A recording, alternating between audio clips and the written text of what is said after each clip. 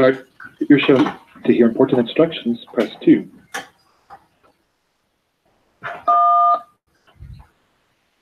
Your show will go live in 5 seconds. 4, 3, 2, 1. Log Talk Radio.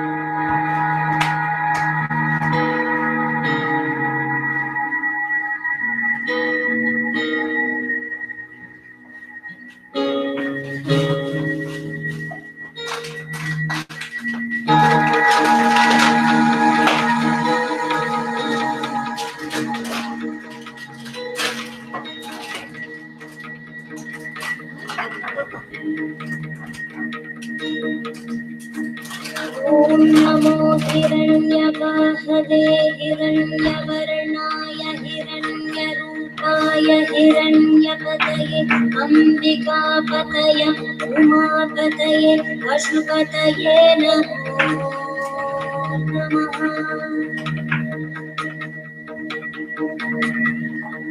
ॐ नमो हिरण्यवाहवे हिरण्यवर्णाय हिरण्यरूपाय हिरण्यपतये अंबिकापतये उमापतये पशुपतये नमो।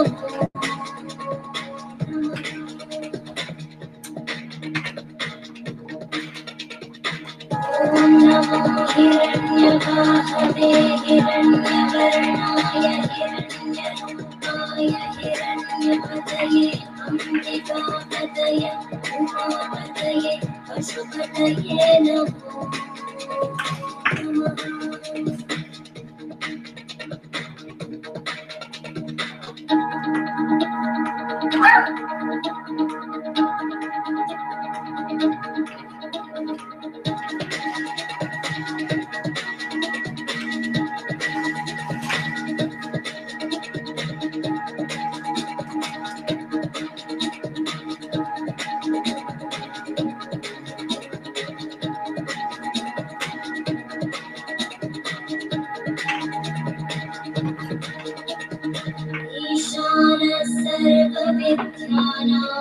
ईश्वरः सर्वभूतानां ब्रह्माधिपति ब्रह्मणोऽधिपति ब्रह्मा शिवो मे अस्तु सदा शिवो।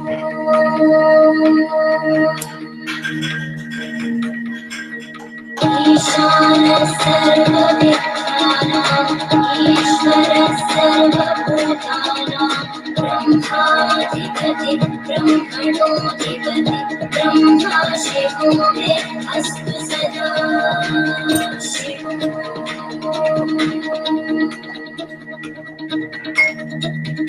ईशानः सर्वविद्यानां ईश्वरः सर्वभूतानां ब्रह्माधिपति ब्रह्मणोऽधिपति ब्रह्मा शिवो मे अस्तु सदा शिवो।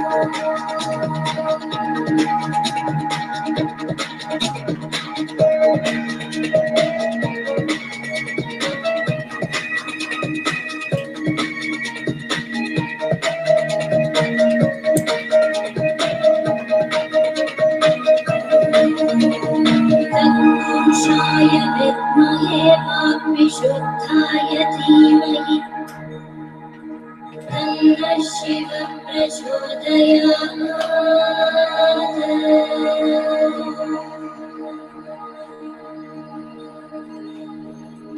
महादेवाय विद्महे रुद्रमूर्तये धीमहि तन्नः शिवः प्रचोदयात्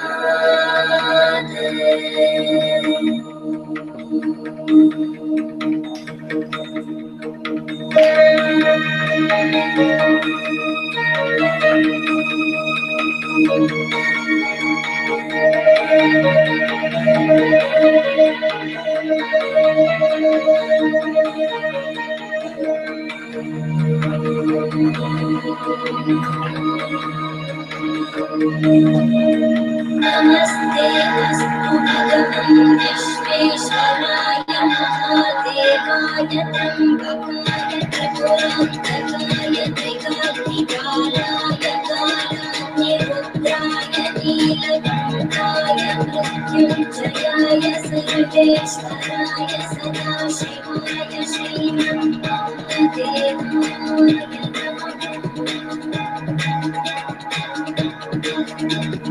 नमस्ते अस्तु भगवन् विश्वेश्वराय महादेवाय त्र्यम्बकाय त्रिपुरान्तकाय त्रिकाग्निकालाय कालाग्निरुद्राय नीलकण्ठाय मृत्युञ्जयाय सर्वेश्वराय सदाशिवाय श्रीमन्महादेवाय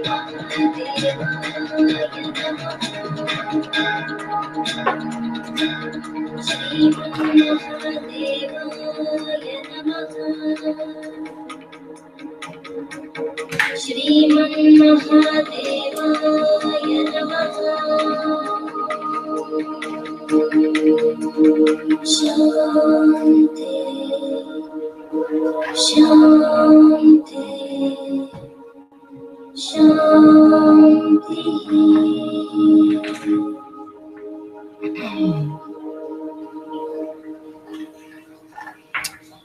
Hello, good morning, YouTube and Blog Talk. Hello, welcome to the chat. Hello, Charlize Filson, the first person here. Welcome. Hello. So this is High Priestess Jamila.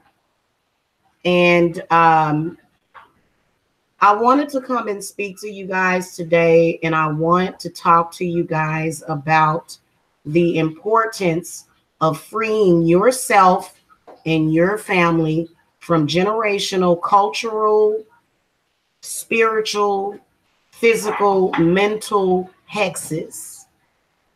Okay, but I didn't have all the room in the title to do all that.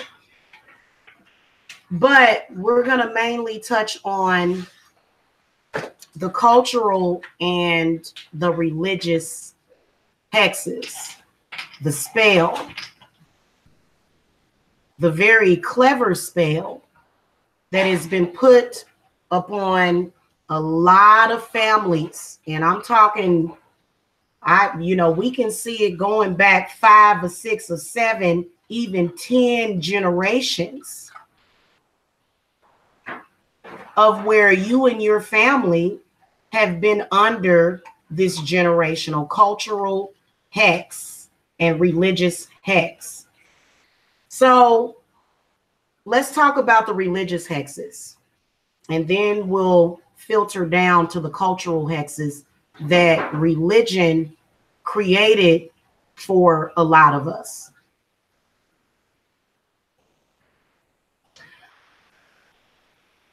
Everything that you are hearing, all of our words, those are spells. And I hear a lot of people speaking spells over each other daily.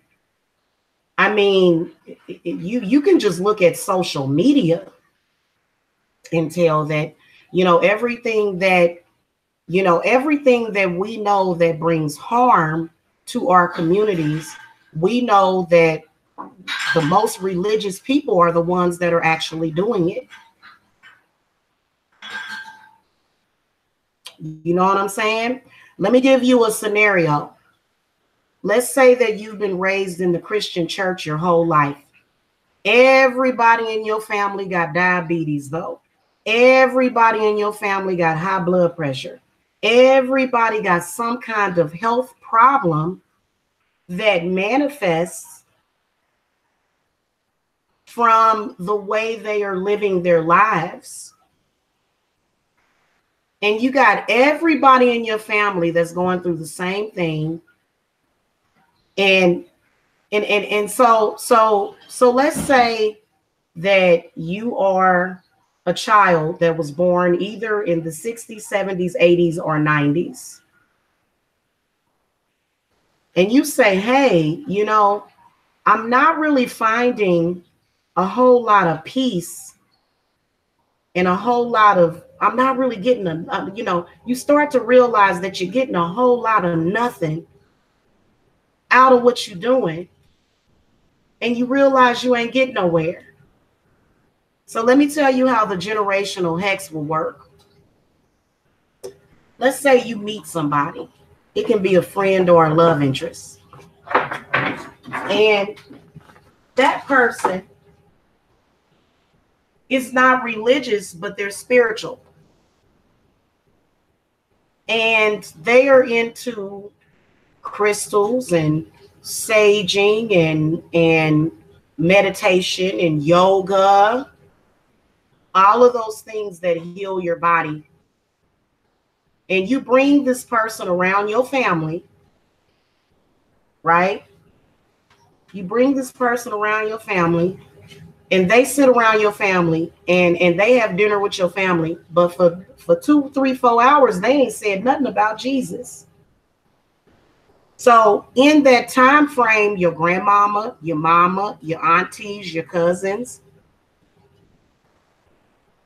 they're being introduced into something that is not of their understanding. So when somebody doesn't understand something, they're going to first fear it. That is the first thing that somebody's going to do when they don't have an understanding. So this is when the religious and cultural hex starts to kick in. You go over there, you have dinner with the family, you leave, and then that's when your grandma, your aunties, your mama, your cousins, your uncles, and your father and your grandfathers, they're gonna get to talking. They're gonna get to gossiping, which it makes no sense because their Bible tells them not to, but they do it anyway. I don't like that girl. I don't like that man. That man ain't said nothing about Jesus Christ. And did you see what that person was wearing? They was wearing some kind of crystal around their neck, talking about crystals and meditation. And then they ain't got no health problems. They ain't went through no struggle, you know, because health problems bring you close to God, right? Because those are, you know, that's when you know God, when you got health problems. And I don't like that girl. That's evil. That girl evil. Why she evil? Well, because she ain't got all these problems that we got, so she evil. So you like, oh, you know, I ain't gonna pay no attention to it. But then after that, for months and months and months and weeks, those people, sometimes even years, they're gonna slowly chip away and tear you down and the other person down. And they'll say it that they're doing it in the name of Jesus. Now, how many of y'all believe that?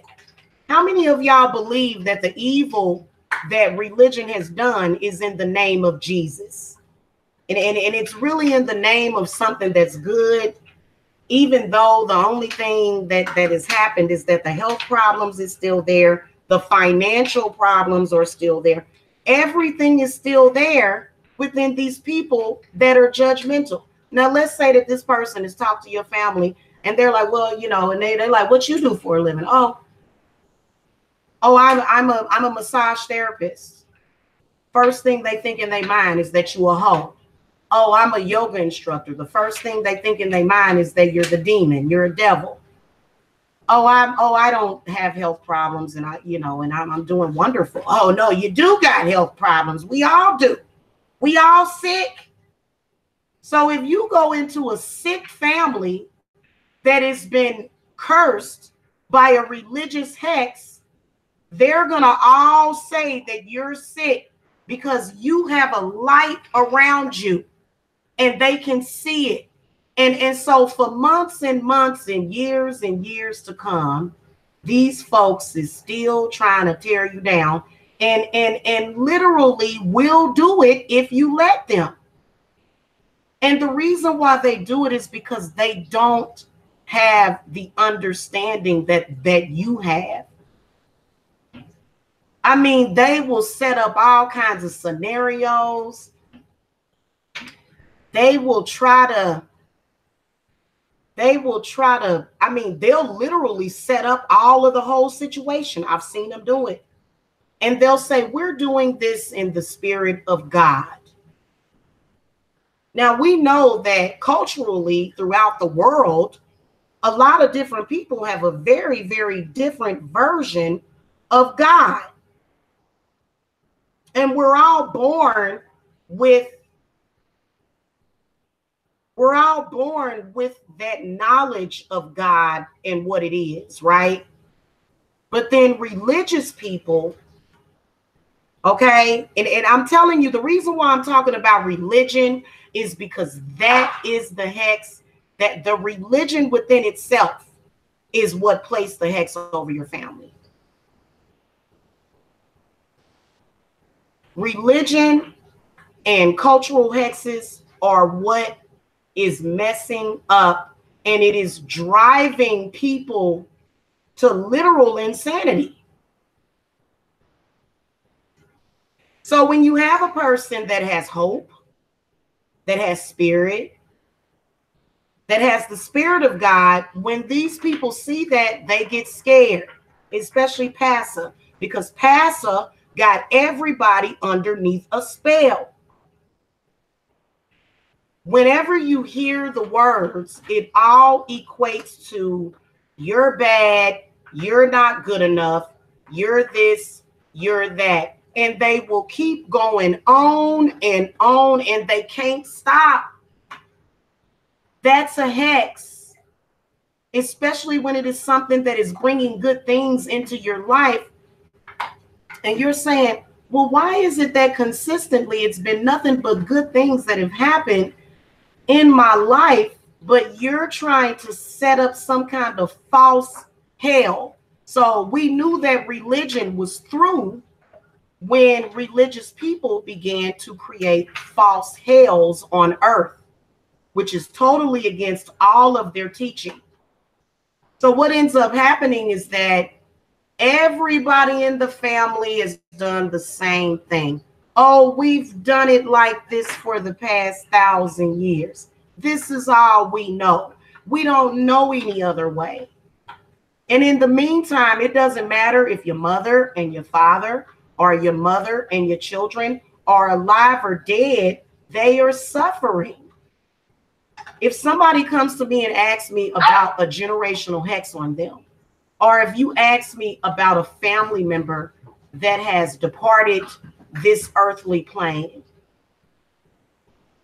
and I can see that you have a generational hex on you, you have got to remove that generational hex. Now, what is the removal and the breaking of a generational hex? It's where you actually tell that spirit, because you got to understand that this is something that feeds off of you. When you get upset and when you start to get all mad and stuff, it's like it kicks into gear. It kicks into gear, especially if you're a Christian or a Baptist or a Catholic. As soon as somebody says anything that is of a different nature, all of a sudden your subconscious, because see, it's the subconscious that controls all of us. Everything that is in your subconscious is what controls you. So you see, these things have been placed inside of your subconscious via words and spells that have been spoken over you. For example, if you're a single mother and everybody in your family believes that, well, you know, them kids ain't gonna turn out right without a man around, even though the man done died, done got swallowed up by a demon, it can be anything, but there's a, well, you know, them kids ain't gonna turn out right. You know, when you got a woman raising a child like that by herself, you know, that kid ain't gonna turn out right. That is a spell. That is a hex. That is born out of ignorance. And so what they will do is they will set up certain scenarios. I swear to you, I saw it. I saw it happen. They had everybody involved. Everybody that was involved with the church, everybody that was involved with the plot. They do plots. Well, if it's really God, why do y'all have to get together and do that? And the reason why is because they are magicians just like we are. They don't realize that because they've been dumbed down. Religion was the ultimate dumbing down of the masses. And it's been in your family for generations. And by the time you came into the year 2018 and 2019, you realize, shit, these people done put this hex on us. And they told us everything was going to be okay. But now I got to go and pay 3-4 times more for what 100 years ago I paid less for that. So it's called spiritual advancement. Religion was created to keep children in check, to scare them into being good. But at the same time, a lot of the people that have spiritual gifts and things that they are supposed to do for this world, they're being suppressed by the church. Because the church, when we start vibrating on a higher frequency, there will be no need for the church. And that scares a lot of people, especially in the Black community. What do you see? A liquor store and a church on every corner. And it still don't make no difference. It's still trash and dilapidation and disease and hunger and sickness. It's done nothing. When was the last time you have heard them talk about healing and what it actually requires to heal? Your mind has to be in the correct space. So basically, when I remove a generational hex from you, I am removing it from your mother, your father, and possibly even your grandmother. And I charge $500 a piece, which is really, honestly, it's gonna go up eventually. I charge $1,500 for the Triple Goddess generational hex remover, and it is worth it. And the reason why is because you are breaking the chains of that demon. That's what I do. And you know what? A lot of people don't have the imagination because they feel that keeping the sickness is what is going to keep things going. And it's not. It's not. Okay. You've got to free that person of that demonic entity. And you've got to tell that entity that it can't have nobody else and that it needs to go. People think I'm crazy sometimes. I'll be sitting up in here, all of a sudden I'll feel a spirit come in here, and it's the same spirit. And I'll say, get out of my house now. People think you crazy when you do stuff like that. But see, that is because, first of all, I'm a medium and I'm an empath. And so I am a energy detector. So if a negative spirit come in, okay, if a negative spirit come in, I'm telling it to leave. So that's the way that it works. And, you know, I've been hearing from a lot of Christians that told me that I was evil because I have the ability to contact spirits.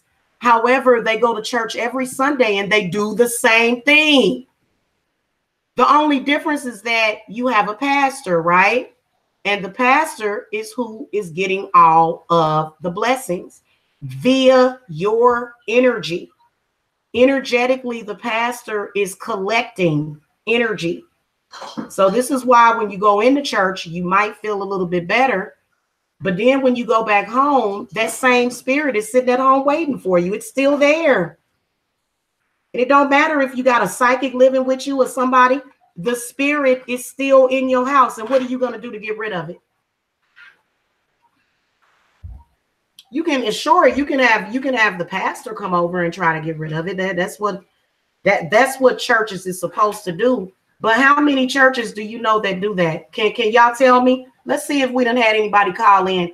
I want you guys to call in today. You can call in to my blog talk if you want to discuss your thoughts on this, because right now a lot of people have been scared during Mercury retrograde. Because what it does is it brings out your subconscious. So a lot of people are scared.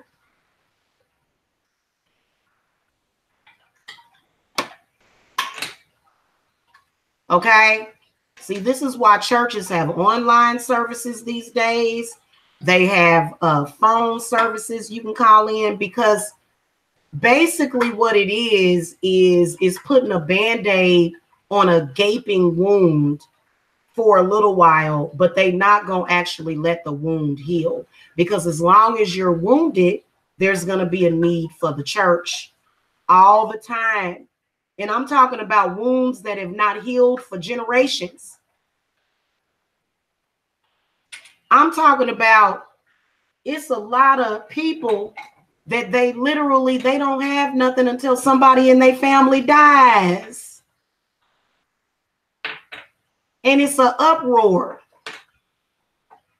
So it's people in your family that's dying early that shouldn't have died, just because it's a family full of people that can't get up and do nothing, that don't want to do it because they haven't tapped into their own power. And this is a problem. That's just like when we say certain things about each other. Oh, you ain't gonna have nothing. Oh, you ain't gonna do nothing. You ain't got nothing.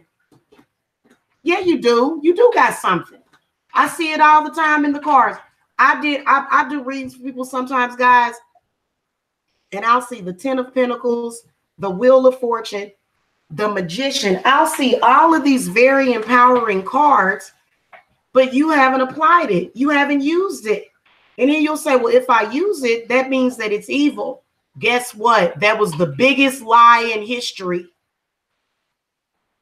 But you're codependent on it, even though you have access to the same energies. Because if everybody doing good, more than likely, they're not going to show up to the church. Sue Lee said, I have not been going to church, and I didn't understand why. And yes, spirits come and go in my house. Absolutely, because you are a spiritual person. And they told you that you were evil just because you could pick up on that. Now, does that make sense, that you can pick up on spirits that's coming and going in your house? And why isn't the church protecting you from those spirits? I thought we were supposed to be getting protection, but there's none. The reason why a lot of people are broke, poor, dying, sick is because they don't want to free their minds. They don't. Now, I know there's a lot of witches that practice witchcraft and they use the Psalms. And I've used them before as well, but I'm going to get out of that because, I mean, if you're going to use a part of the Bible, you might as well just use the whole thing. But me personally, I want to write my own Bible.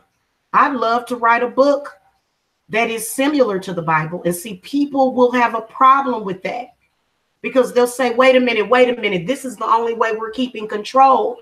But what control is there with all the violence, killing, stealing, beating, and raping? They haven't done anything. They haven't changed anything. In fact, they've made it worse. They don't want to do any better.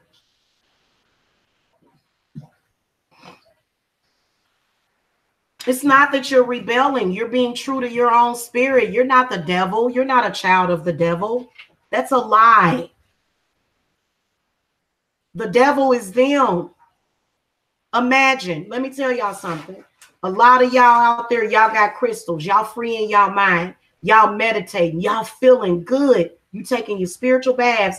And then all of a sudden, let me tell you what they're doing. All of the higher ups that are over the church, they get together and they have meetings. Yeah. And during those meetings, they're invoking their God, but it's not who you think it is. They don't know. They don't know what they're invoking.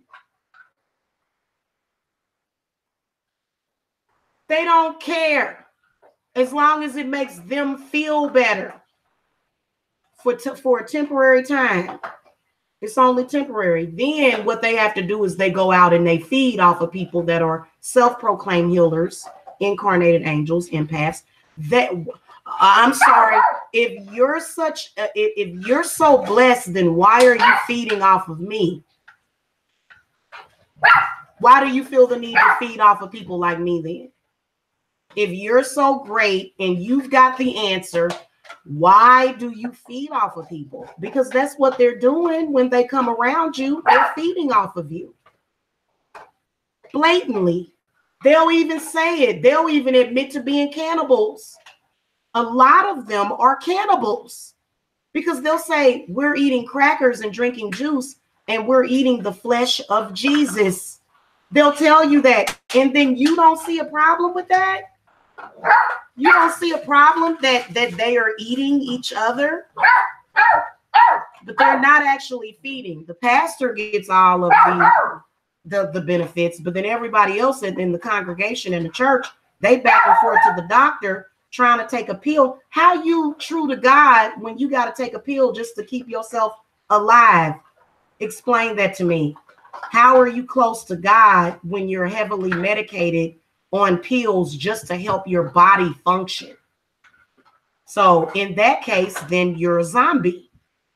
That's all you are, is a zombie, because you can't even think straight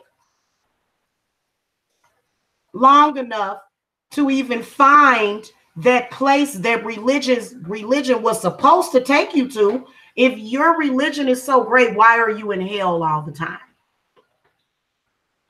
And they'll say the same thing to me, but see, they are inducing that. Let me tell you something. My job is not hard. My job is very rewarding. It's them that make it what it is because they're constantly plotting, chasing, stalking. And you know I'm the real deal because they stalk me. So that lets you know that I'm the real deal because they're constantly focused on me. And the first thing that people in the church are very, very materialistic. Oh, Lord.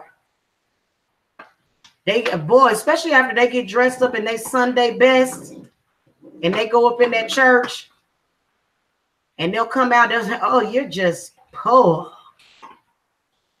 It was the poor people that brought up the church. Listen, I have never seen so much hypocrisy in my life. And it's a part of the culture of a lot of people. This is their culture. Denying other people of their spiritual rights. Denying them, outright denying them of that. And saying, no, you're evil. Hold on. I just helped somebody heal themselves. I'm going to tell you something. It's cannibalism. It is. A lot of them are cannibals. By culture, we're cannibals. That ain't no vampirism. It's the same thing. Vampirism, cannibalism, very different things, but they are interconnected with each other. So at some point, what people are going to have to realize is that there are people that can actually free you of that contract. It is. There's a lot of people that will tell you, well, you can't remove it. The only thing you can do is try to deal with it. Well, you can't remove your spiritual gifts. No, that's not what we're doing. But see, what we're removing is the whole concept of your spiritual gifts turning into a curse. Because a lot of y'all that had those spiritual gifts and you had the connection with the spirit realm, you know, you got pastor in the church telling you that you're down to hell for something that he's doing as well. So where do you think pastor goes to? Every Christian person that sits up in the church denies people of their spiritual lineage, their money, their life, their sex, their success, they are all going to hell. I was thinking all dogs go to heaven. They are going to hell themselves. I've done the research. I've done the spiritual research. A lot of y'all that are going through that, and you got a grandmother or something that done passed on, and I'll throw the devil card, and I can tell that your grandma or your mama or somebody that done died in your family actually went to hell. And that whole time they thought they were going to heaven. And see, hell was a place that they created for themselves. So what they did was they spoke spells over themselves and their family. And they said, we're going to go to hell if we do this and we do that.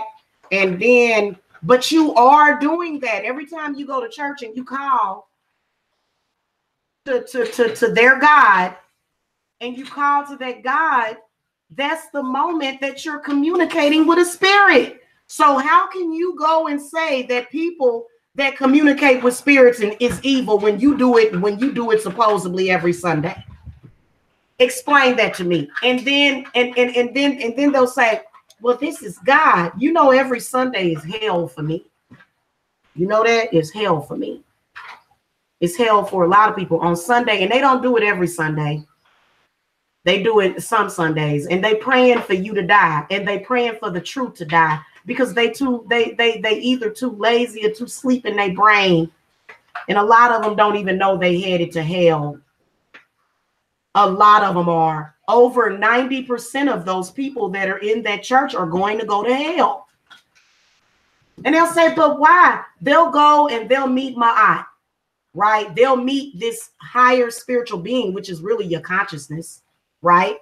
You're gonna die, and you're gonna go up there, and you're gonna meet your consciousness, and it's gonna tell you, but you've already made the decision that you wanted to go to hell. And you'll say, no, I didn't. Actually, you did, because you are the ones that put the limitations on your own life. You're the ones that did that. If you guys want to talk about this or ask about this, you can call in to 516-590-0362. I will be doing a mini reading on you to see if you are suffering from a generational, cultural, and religious hex. And you know what I love? I love when my people in their 20s contact me, because we don't want the next generation to go through this. This is horrible. This is the biggest trick in the book.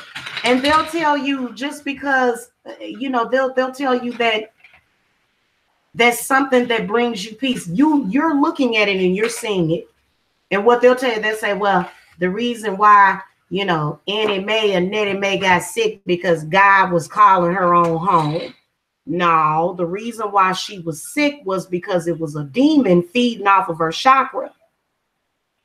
That's why diabetes is so prevalent, especially in the melanated community, because your pancreas has a lot of energy, all of that in your solar plexus. This is the main thing that they feed on, and your root, depending on who you are. They feed off of everybody's solar plexus, but they like to feed off the root of a lot of people, because as a human being, you have flesh and blood, but you have a root to yourself because you were born on this earth. Everything has a root. There are people that live on this earth and they live freely. They don't have to worry about going to hell. Your hell is in your mind.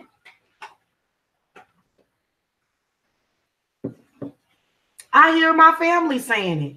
Oh, she over there doing crystals and reading them. You're going to hell.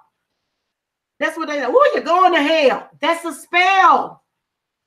And guess what? You're talking to yourself, especially when you're talking to your family members, because that's you. So that's why a lot of them will go up and they can't figure out why they didn't reach heaven, because you already told yourself that you're going to hell, but only in a trick, undersided way. And everything that you do that is good, you scared of it. Like, for example, last year, guys, I had that fear demon. It was attached to me. And you know what? It made me afraid of money. It made me afraid of myself, AKA yourself. And, you know, then when you get to the point where you can't even survive, who are you going to blame? The witches. It was the witches that did it. But the witches are in the church. The pastor is the high priest. I don't understand why people don't get that yet.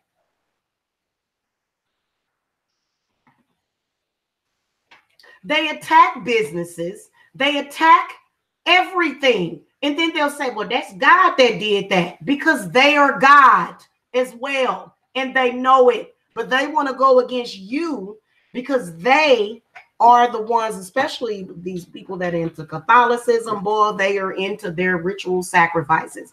And it got so bad to where they created veganism. And now veganism is causing people to value animals over themselves. But this is all God's design. Even in the ocean, where you gonna go and tell a whale or a shark that it's evil for eating a little fish?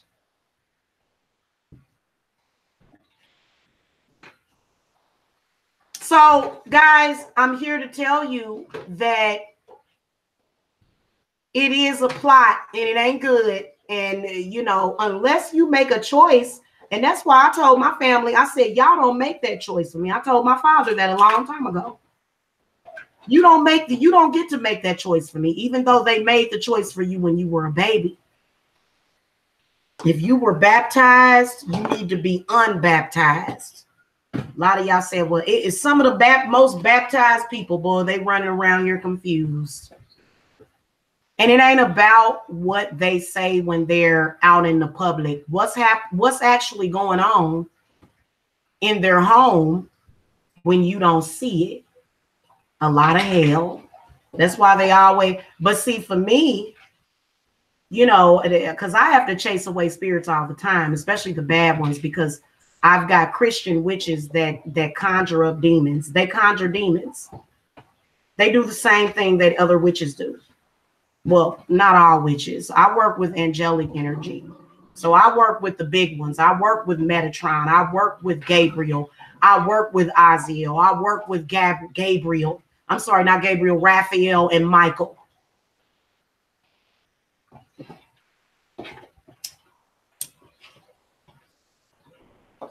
A cannibal wrote the Bible. It was a cannibal that wrote that Bible. And it was predicated upon by a very, very negative spirit that said, I know how I can get these people. Because at first, boy, we was living free. We didn't have all that. And they said that Eve bit off the apple. But why does Adam have an Adam's apple? So you know how the Bible blamed women for everything. Now we have it playing out because we have people that go to church every Sunday that come online. They don't tell you they go to church every Sunday, but they come online and they speak death around innocent children. And they say, well, your children are bastards. Well, so are yours.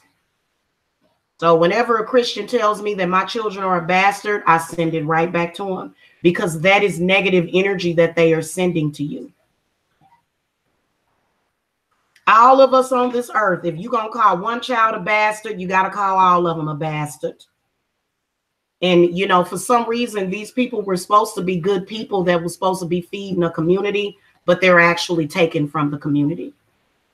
And cracking up and laughing. These are people in the church cracking up and laughing at people that are poor, that I make it possible for those people to not be poor.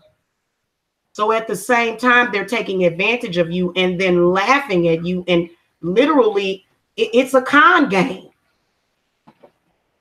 They know it's a con game. But it's been in their family for generations and they don't really know no other way, and then they scared.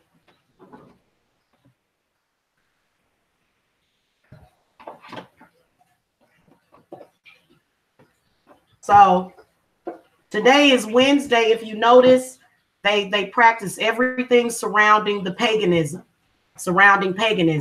They worship on Sunday, which Sunday is the day of God. Sunday is actually the day of war, but it's also have other stuff. They have church this Wednesday. They gearing up to go to church today. They already and they getting ready.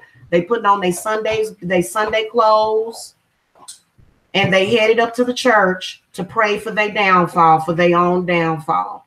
And a lot of them are practicing death magic. It's all a ploy. And a lot of us that recognize that free ourselves of that, we're going to live a very long time.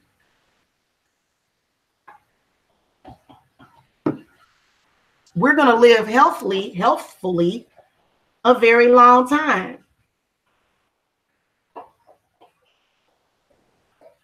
And they going to make sure, you know how they do it through stress. That's how the church attacked me, through stress. It was the church that did it. It was the church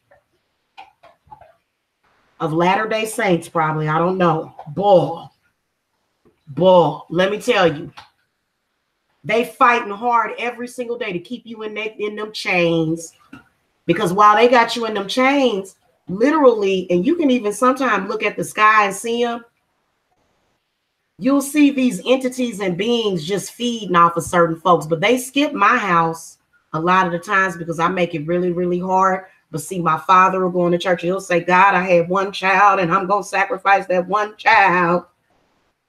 That's what my father does. Ooh, that's why I got one child and I got to sacrifice her. I give her over to you because she doing wrong. She doing evil. And God is like, well, what is she doing? She just doing evil. She over there doing divination and everything that you said. And God's sitting up there like, but I'm the one that gave your daughter the power to do that. So what are you talking about?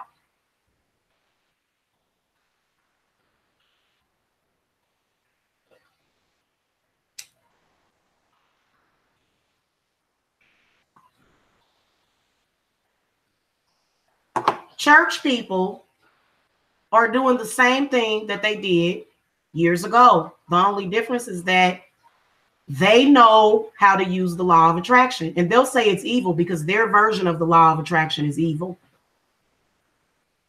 Right? So if they use the law of attraction, it's going to be evil from what they say. Because they all use negative reinforcement. They all do. And they'll say, oh, you know, so they're speaking a demon onto you every day. Every time I do a reading, they speaking demons into it. Oh, it's a demon. It's a demon that's telling her all that. No, that is my ability to divinate, and I ain't no demon.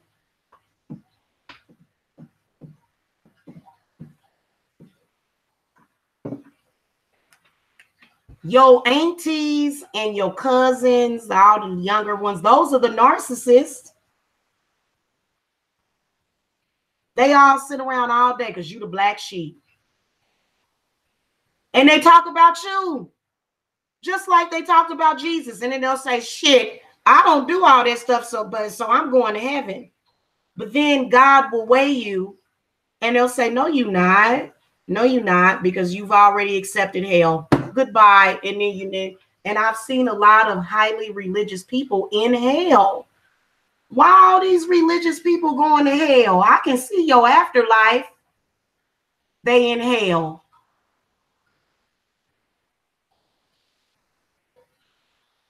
Because if you believe that you're going to hell, you're surely going to go there. Well, I don't believe that. I only judged others. Your Bible gives you specific instructions. And why religious people always eating shrimp? The Bible actually tells you to be vegan or vegetarian, I think.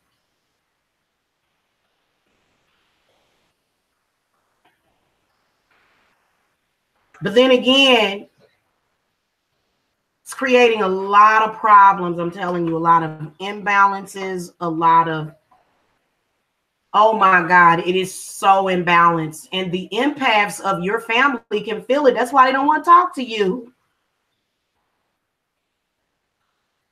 They don't want to talk to you about that.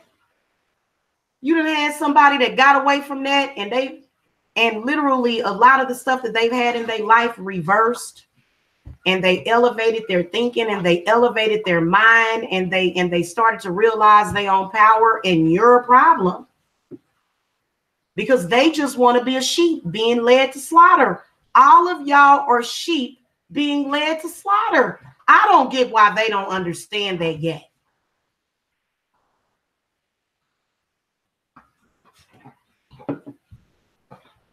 Which, yeah, life, you live and you die.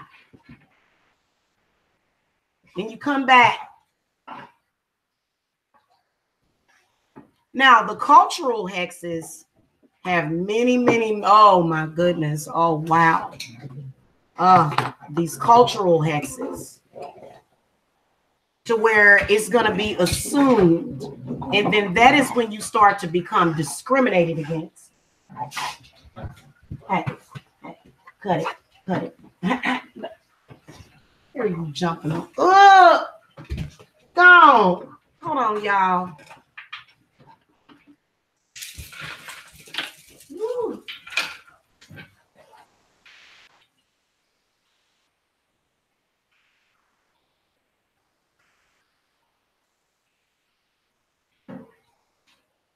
The cultural hexes. I heard a man, and I'm not trying to make this a black or white issue, but I heard a man that dates outside of the black race. And he was online bragging about how his non-black woman, boy, her hair just grows like the wind. But if you're in the black community, the cultural hex is that you bald-headed. Oh, this person bald-headed. That's a hex when somebody calls you bald-headed and then brags about the fact that you have the ability to grow hair, but they feeding off of y'all. I already told y'all that they feed off of some people's hair. And they be having long hair, but then you got all of your people, all black men, and those are the most powerful magicians. Black men are powerful magicians. And you know, a lot of them, they want to oppress you because they know that when your hair get real long, you know, people gonna, you know, that people notice that. I'm gonna tell you something. I went to the store of like a week ago. I was wearing my natural hair. Everybody in the store was looking at me. Oh, baby, how you doing? Because even though it may be shrunk up, we know that when we stretch that stuff down, and so I heard a black man yesterday, and I wanted to say something yesterday, but I'm going to say it now on this channel. He said, you know, I got a woman, my woman's hair grow down her back. Black people's hair don't grow like that. It grows upward. Unless we dreadlock it or put locks in it, it grows upward, doesn't it? When you got your fro ain't going down your back unless it gets real long and you press it, then it'll go down your back. But other than that, our hair don't grow like that. But he was proud of that. He was proud of being a black man that is confused, that goes around living in a cultural hex, hexing his people culturally, telling them, oh, you're bald-headed. So there's an assumption that all black women are bald-headed. And this is an example of a cultural hex. Because if you sit up there and say somebody's bald-headed, if somebody sit up there and tell you over and over again that you're bald-headed and you believe it, then you'll surely be bald-headed. That's just one example. Let's get a better example. Let's talk about money.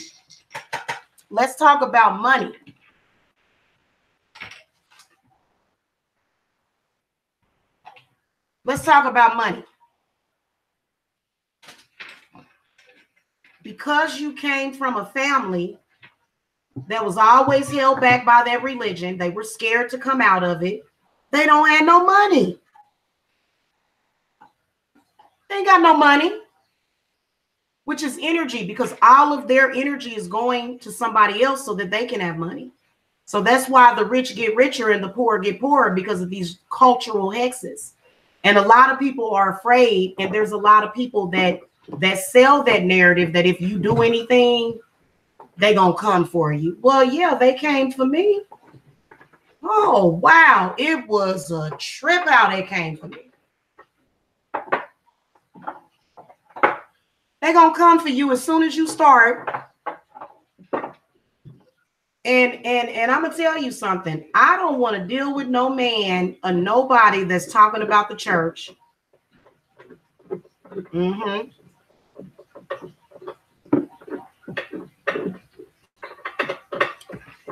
You know what I'm saying? Starry Star said, honey, I wish you would have turned the comments on for that Gemini post you did. It was so on point.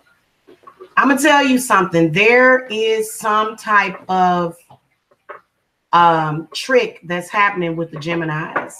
And it actually works on some of them, but some of us can recognize it because I got so much Gemini in my chart. I am a Gemini. According to 13th sign astrology, I am a Gemini, if you go by that, right? But see, being that the elites are obsessed with duality, you know, a lot of the Geminis get, you know, even though, yeah, we know that there's Geminis out there that are like that, but it's because Geminis have a tendency to be open to mind control. So Geminis have a big problem with that. They do. And, you know, you got to go a little bit deeper than that. But see, they take advantage of everybody. Anything that is a weakness or that they perceive as a weakness, they're going to play on it. For example, the spells that Christian people put on each other. I'm going to give you one very, very good example.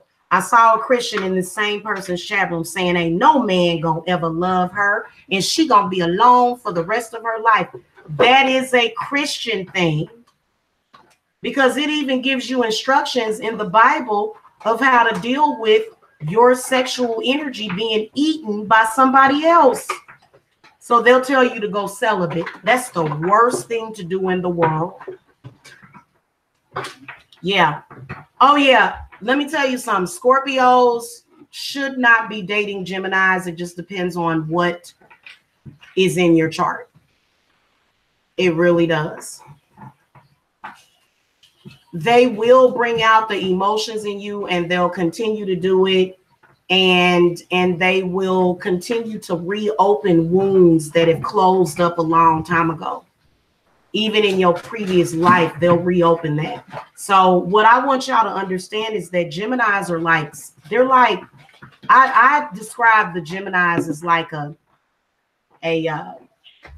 yeah. I agree. Celibacy for too long leads to sexual perversions.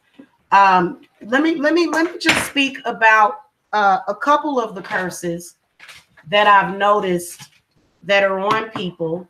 And these curses were written in the Bible for you, you know, and you're not supposed to take it literally to where, you know, somebody's supposed to be alone the rest of their life and da-da-da-da-da. That's some man that don't want you to move on because he's still confused. Okay. But let's look at the spiritual gifts that are listed in the Bible. Okay, there's 7 spiritual gifts that are listed in the Bible. And I want you to pay attention to these so-called spiritual gifts. That's not actually a gift. It's actually a curse. Now, some of these are very close to, you know, spiritualism. But there are spiritual gifts that are listed in the Bible, and I want to go into that.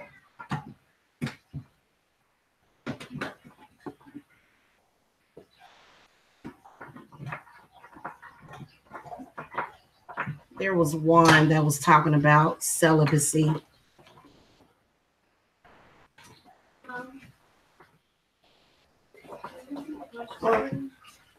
Huh? No, I haven't. You got to get my phone and do it, honey. Where is my phone?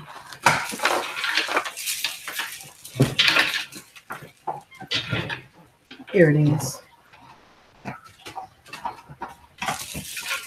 Now, you wonder why a lot of you women, you'll have a baby for a man, and for some reason you can't move on, and he constantly following you around, you know, and he's got them demons working for him, the Christian demons.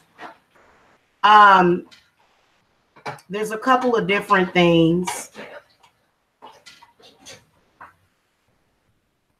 Hold on.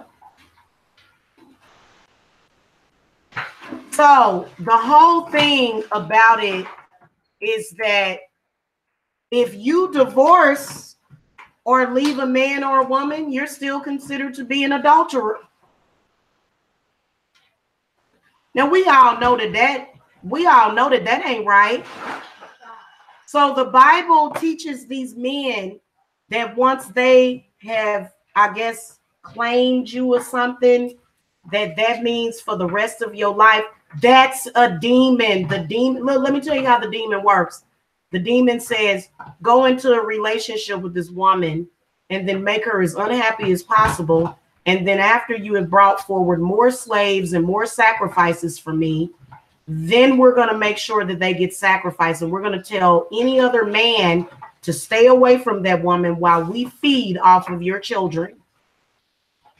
And that is exactly what it did. I realized it years ago. I told that damn thing to leave my house. You ain't feeding off of my children no more. So that whole time while you're celibate, you're still sexually active, but it's with a demonic entity. So Story Star said it right. Celibacy for too long leads to sexual perversions. That is true. But see, what it does is you're still having sex with a demon. There's a demon that's actually coming into your bedroom at night having sex with you because you don't have the protection of a relationship and a marriage, because they said that you have to be single for the rest of your life. And they know that it has nothing to do with just morals and values. They should know that at this point, this is a demon feeding off of you. Nah, you can't have no lover in your life. Just have spirit sex with a demon. So then you find yourself having spiritual sex with a demon. Oh yeah, they do all kind of stuff. And you can tell when they've raped you in the middle of the night, because you'll wake up and you'll feel raped. I've actually experienced sleep paralysis and rape as well. I've actually had lucid dreaming rape experiences that I pulled into the physical. You know, I actually pulled that into the physical, and it was a physical manifestation in my body, which is why a lot of people will wake up with scratches. They'll say, why you, and you be like, where did scratch come from? And you be thinking, oh, I just scratched myself in the middle of the night. But it ain't your cat, because your cat was sleeping. It was a demon. It comes into your dreams and it scratches you. And so, you know, this is, y'all remember Rosemary's Baby? And so this is very similar, but Christians are actually participating in that, and they don't even know it. They have been tricked so much. I spent the past 10 years of my life fighting off a demon that wanted to rape me in my sleep, because I was sold out and sold to this demon by my father and my parents.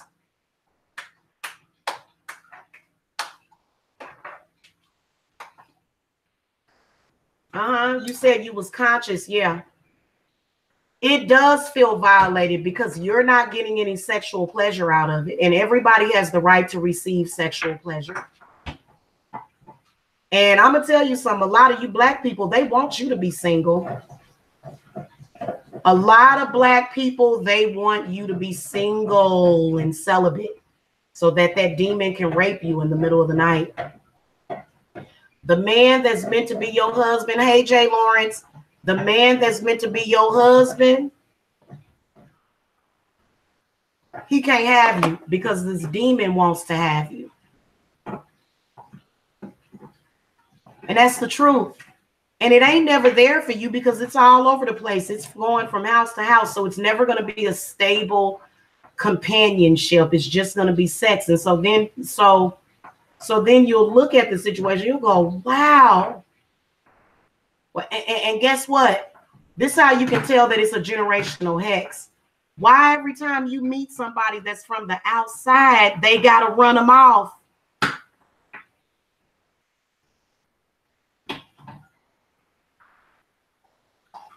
Chantel's lifestyle says, so you're supposed to always be in a relationship? No, that's not what I'm saying. But what you can do is you can protect yourself and you can banish that demon, and then you can actually have a relationship. A lot of people there, first of all, if you came to this earth, you came here looking for love. You came here because you wanted to find the love of your life.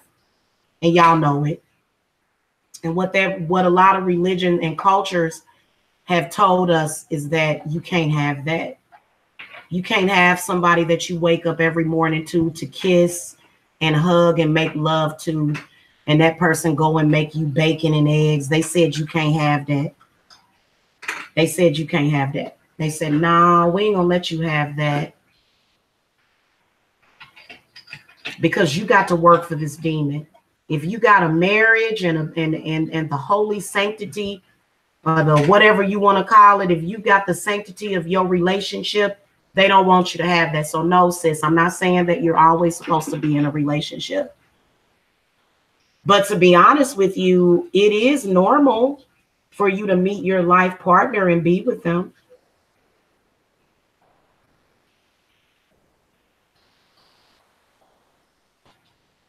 That is something that a lot of people want, crave, and pray for every single day. Y'all praying for that every single day, but it never comes, and then you lose faith in yourself. And a lot of the cultural hexes that are on us is have a baby and then become a hoe. As soon as you have a baby, you a whore. Does that sound normal? I'm sorry, we're human. No, you're just a whore. And your children are going to be whores. And pastor and the congregation is going to come and pay for sex with the whores in your family. All of it was one big thing and one big hoax. Christianity, all those religions, Catholicism, it's a hoax. It's all a hoax.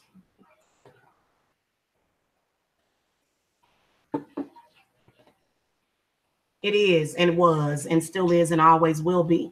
Eventually, around the year 2050 is what Spirits is telling me, is when they're going to actually start to outlaw religion, because people that are religious, they are building up to being crazy. We already had a religious person go over and blow up a church, and this person was a religious person, and the religion is to kill everything that is different.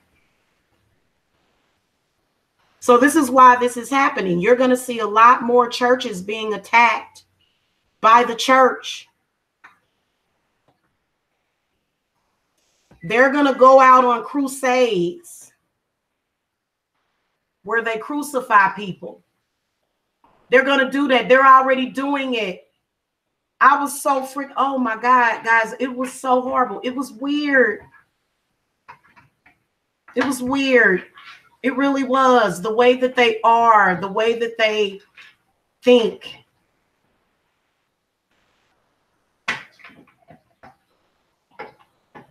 So what they were working on was a society where women that were single women have children. They were working on building up to killing all of them. They were not counting on the spirits actually stopping them, because they was planning on killing and sacrificing all single mothers and their children. Now, why you think so many people around here end up dead and killing their kids and stuff like that over here in Georgia? Especially, go look at the news. Go look at Andrea Yates. Andrea Yates was a very, very religious person, and she drowned all 5 of her children and said God told her to do it. This is a sign. They'll say, oh, well, you know, she just was a woman and she was, yeah, she was plagued by demons, but and see, y'all don't understand it, that we see this. Let me help y'all decode something. There's a movie, and not too many people talk about this movie. I'll have to find the name of the movie for you guys. I'm about to Google it. Let me find the name of this movie that I'm talking about. It's a movie about a woman that loses. It's basically like the story of Andrea Yates. I don't think they made any movies about that, but they made a horror movie about this, to where this woman was sitting there and she was a good little housewife, and you know, her husband was always on the road, and they show her sitting out in the field and she's reading a Bible, and she looks up and she's got the most craziest deranged look on her face. The Bible is where a lot of the evil is at. I don't keep a Bible in my house because I know that it's like a grimoire, and there's billions of copies of it that got produced. You know, the Bible got mass produced because it was a mass spell.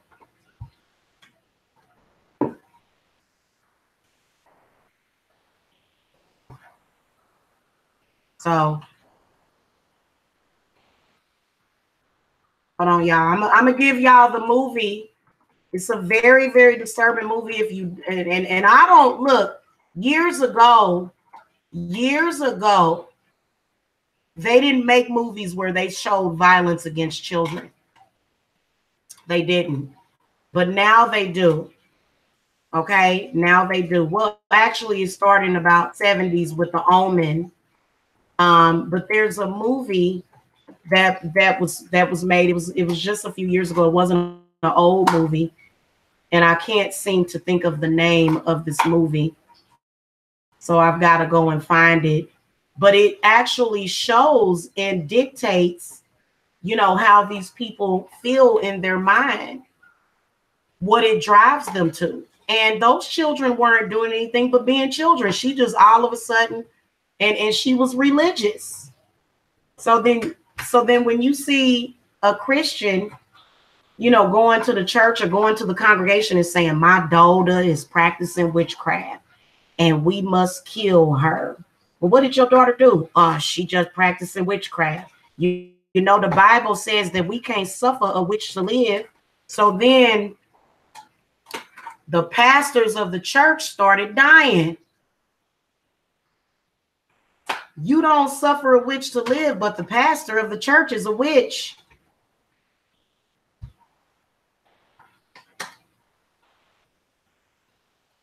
Oh, they'll send you through hell and they'll say, this is God. No, it ain't. It's you. It's you. All right, let me see if I can find this movie. I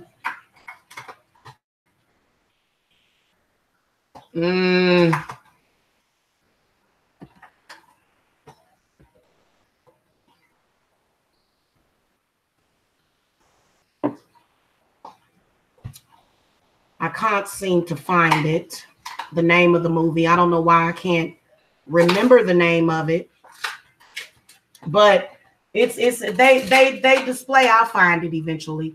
They display, and I'll get you in a minute, caller, because I can see you on there waiting. I got a caller. Are you for real? No, Zelda, bad Zelda. Bad Zelda. No, she just ripped apart one of my coffins.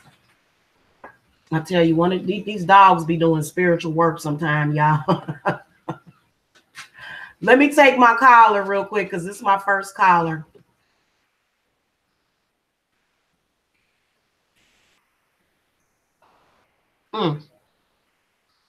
They must have dropped off the line.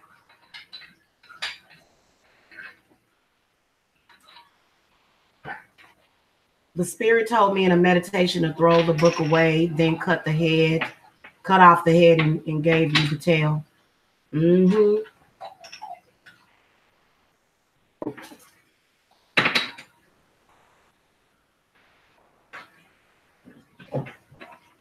Let me tell you something. It is obvious the control that was put on the masses by this religion, but it didn't do anything but create a bunch of violence and death and destruction.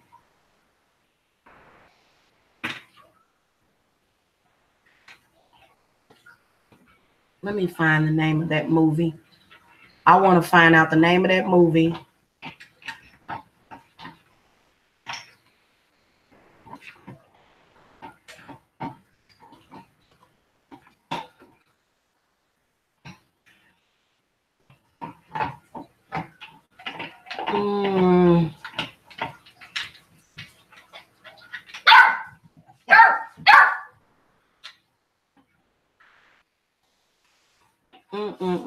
I can't seem to find the name of that movie, y'all. This woman was mad at her husband because he was never at home and she thought he was cheating on her and she killed her kids. I cannot find the name of that movie. But we got a lot of that going on because, you know, they, you know, and I'm gonna tell you something about that. Cut it out. Sit down. Sit down. Be a good girl. Sit down. Sit down. Come on over here and sit down. Sit down, Zelda. How many times I gotta tell you to sit down? Sorry about that, y'all. I got my dog in here and she's acting a fool. Sit down, girl. If you guys want to call in and you want to, you know, kind of tell your story of religious abuse and the abuse of your mind, Chantel's lifestyle, the truth is whatever resonates with you. This is your own journey. Exactly. The God in you is the truth. You don't have to be afraid of going to hell to not harm somebody. You know, and for me, I'm a very deeply empathic person. So for me, you know, I don't, well, first of all, if you send me some bad energy, I'm going to send it back to you. I don't have to take your bad energy. But when it comes to your parents, they going to go to their grave with that demon on them and they going to find out. And so that's why the ancestors they'll start to contact you. Okay, the ancestors will start to contact you and they'll actually be asking for your help. They'll say, hey, you know, while I was alive, I gave myself over to this demon. And now that I'm dead, this demon got a hold of me. And let's face it, Christians feel that they're better than everybody. They do. I saw him at work, man. I seen him. Yeah.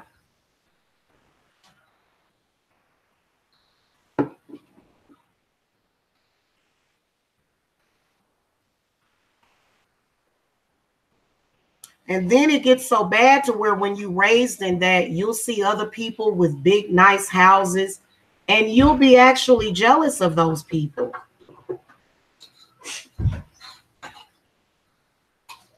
Yeah, abusive parents do have a lot of demons. They do.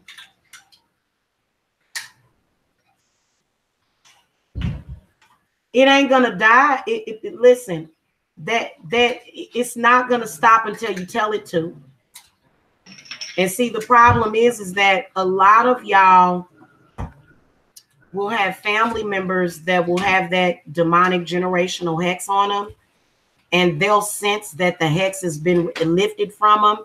And they'll call right back to that demon and say, oh, you done removed my hex from me. And now I don't feel right. You know, or something like that. Like they'll, you know, it won't quite be the same. They'll be faced with the truth.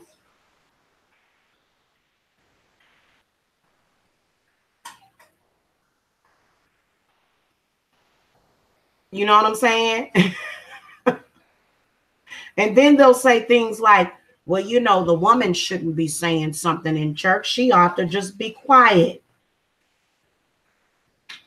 Because women, they say women have, we're, you know, and then you know, what I see generationally is a lot of people, you know, all of a sudden you just a hoe. That's where they put you. Hey Tia, hello. That's where they will put you. They'll say, you just a hoe.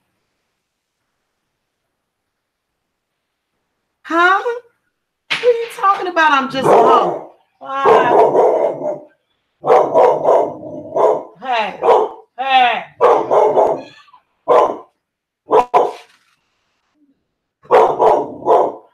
Stop. Who are you barking at exactly?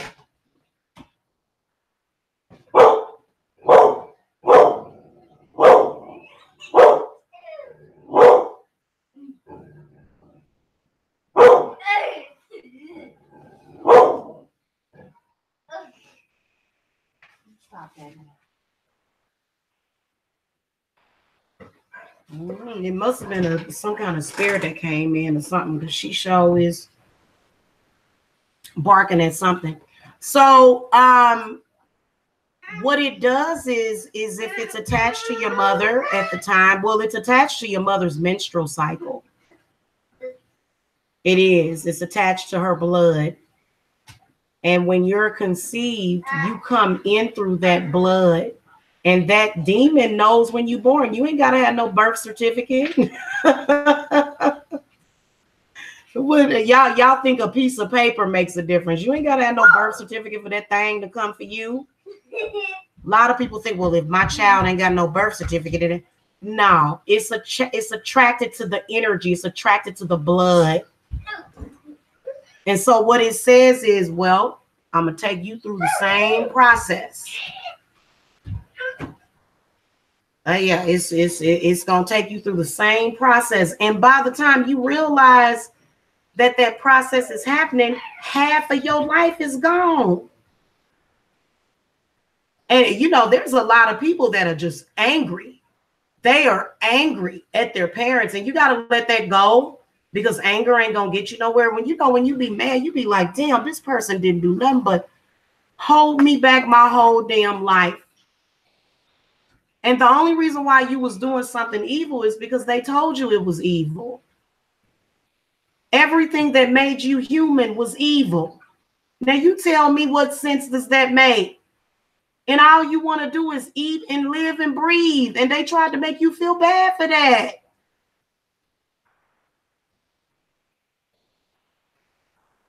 I don't understand it. I don't understand why people don't wake up to that. And you know, a lot of people these days, you know, they like, don't try to wake nobody else up. Let me take this caller. Caller, you live? Hi, I'm enjoying this show so much, and it's about time that things like this are brought out into the open, because they've been going on for generations. Yes, yes. Has it been in your family?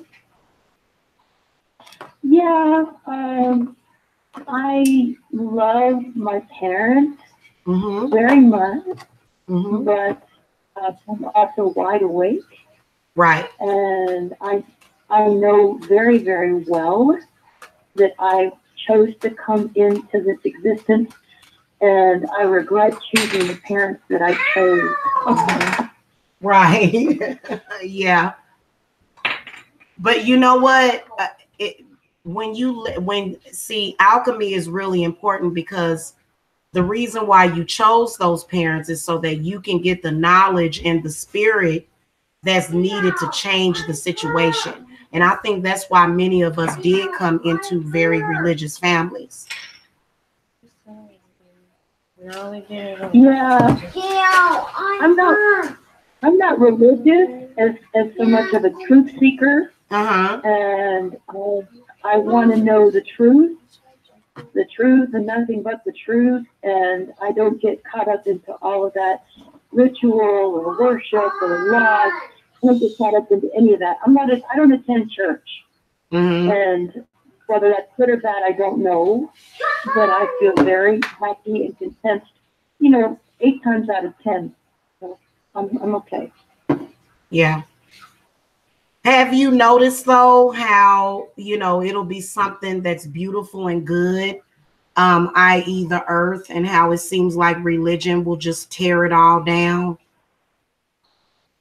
That's what I've noticed. I've been on a quest for like the last 25 years. Well, I'm older than that. For the last maybe 35 years. So for a long time, I have been a lone wolf, not listening to anybody and researching and finding out a lot of things on my own. And I'll tell you something, my family is not my biological family. My family is my family of like-minded people that have crossed my periphery over the last 3 generations. Right. Those are my family. Yeah.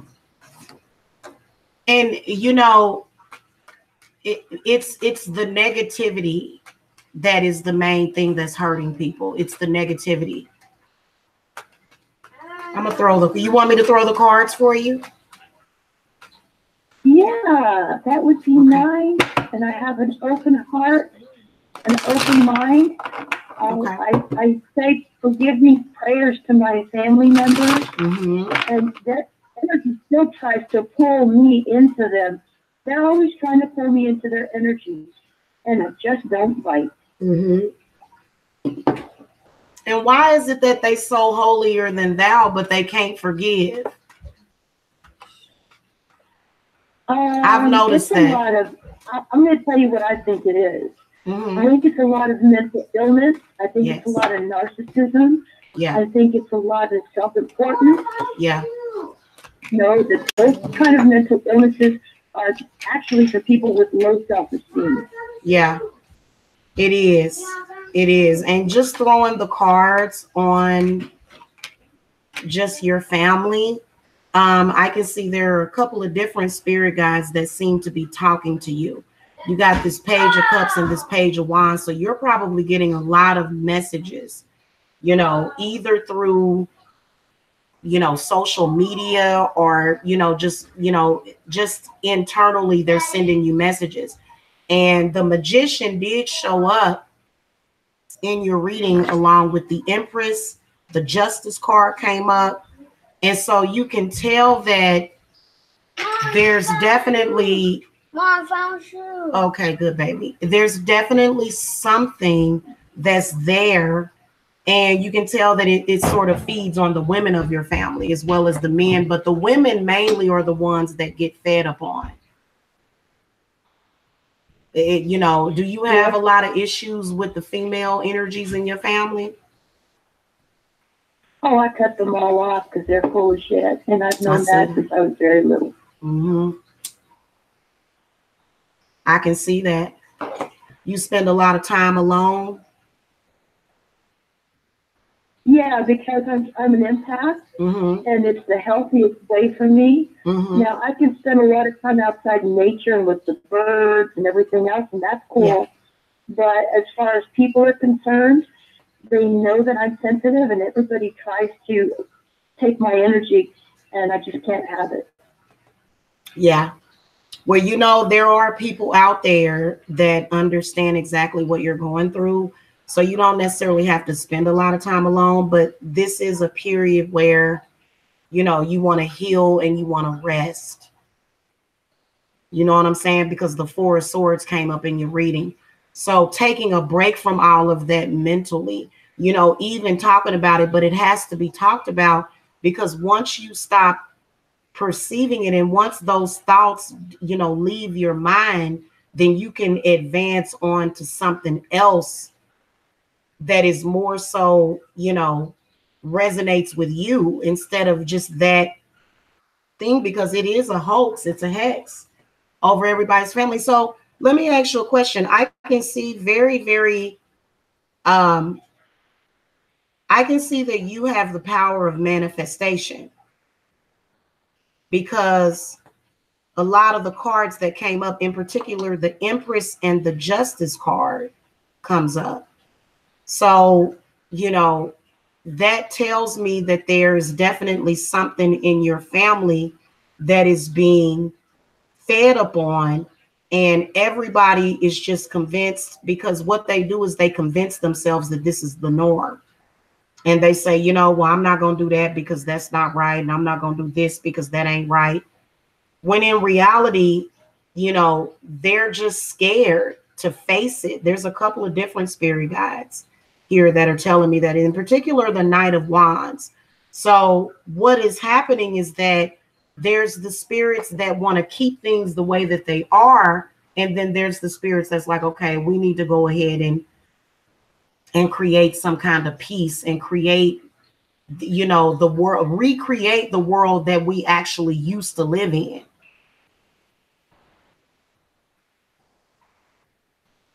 You know what I'm saying? Yeah, there's two people in particular, whom is my mother and my little brother. Those two feed off of each other, and those two, they just basically control the minds of everybody else in the family, and I just think they're plain stupid. Yeah. And I've always questioned them, and I've always just told them to their face how I feel. Yeah, because so you know, never intimidated me, never. Yeah.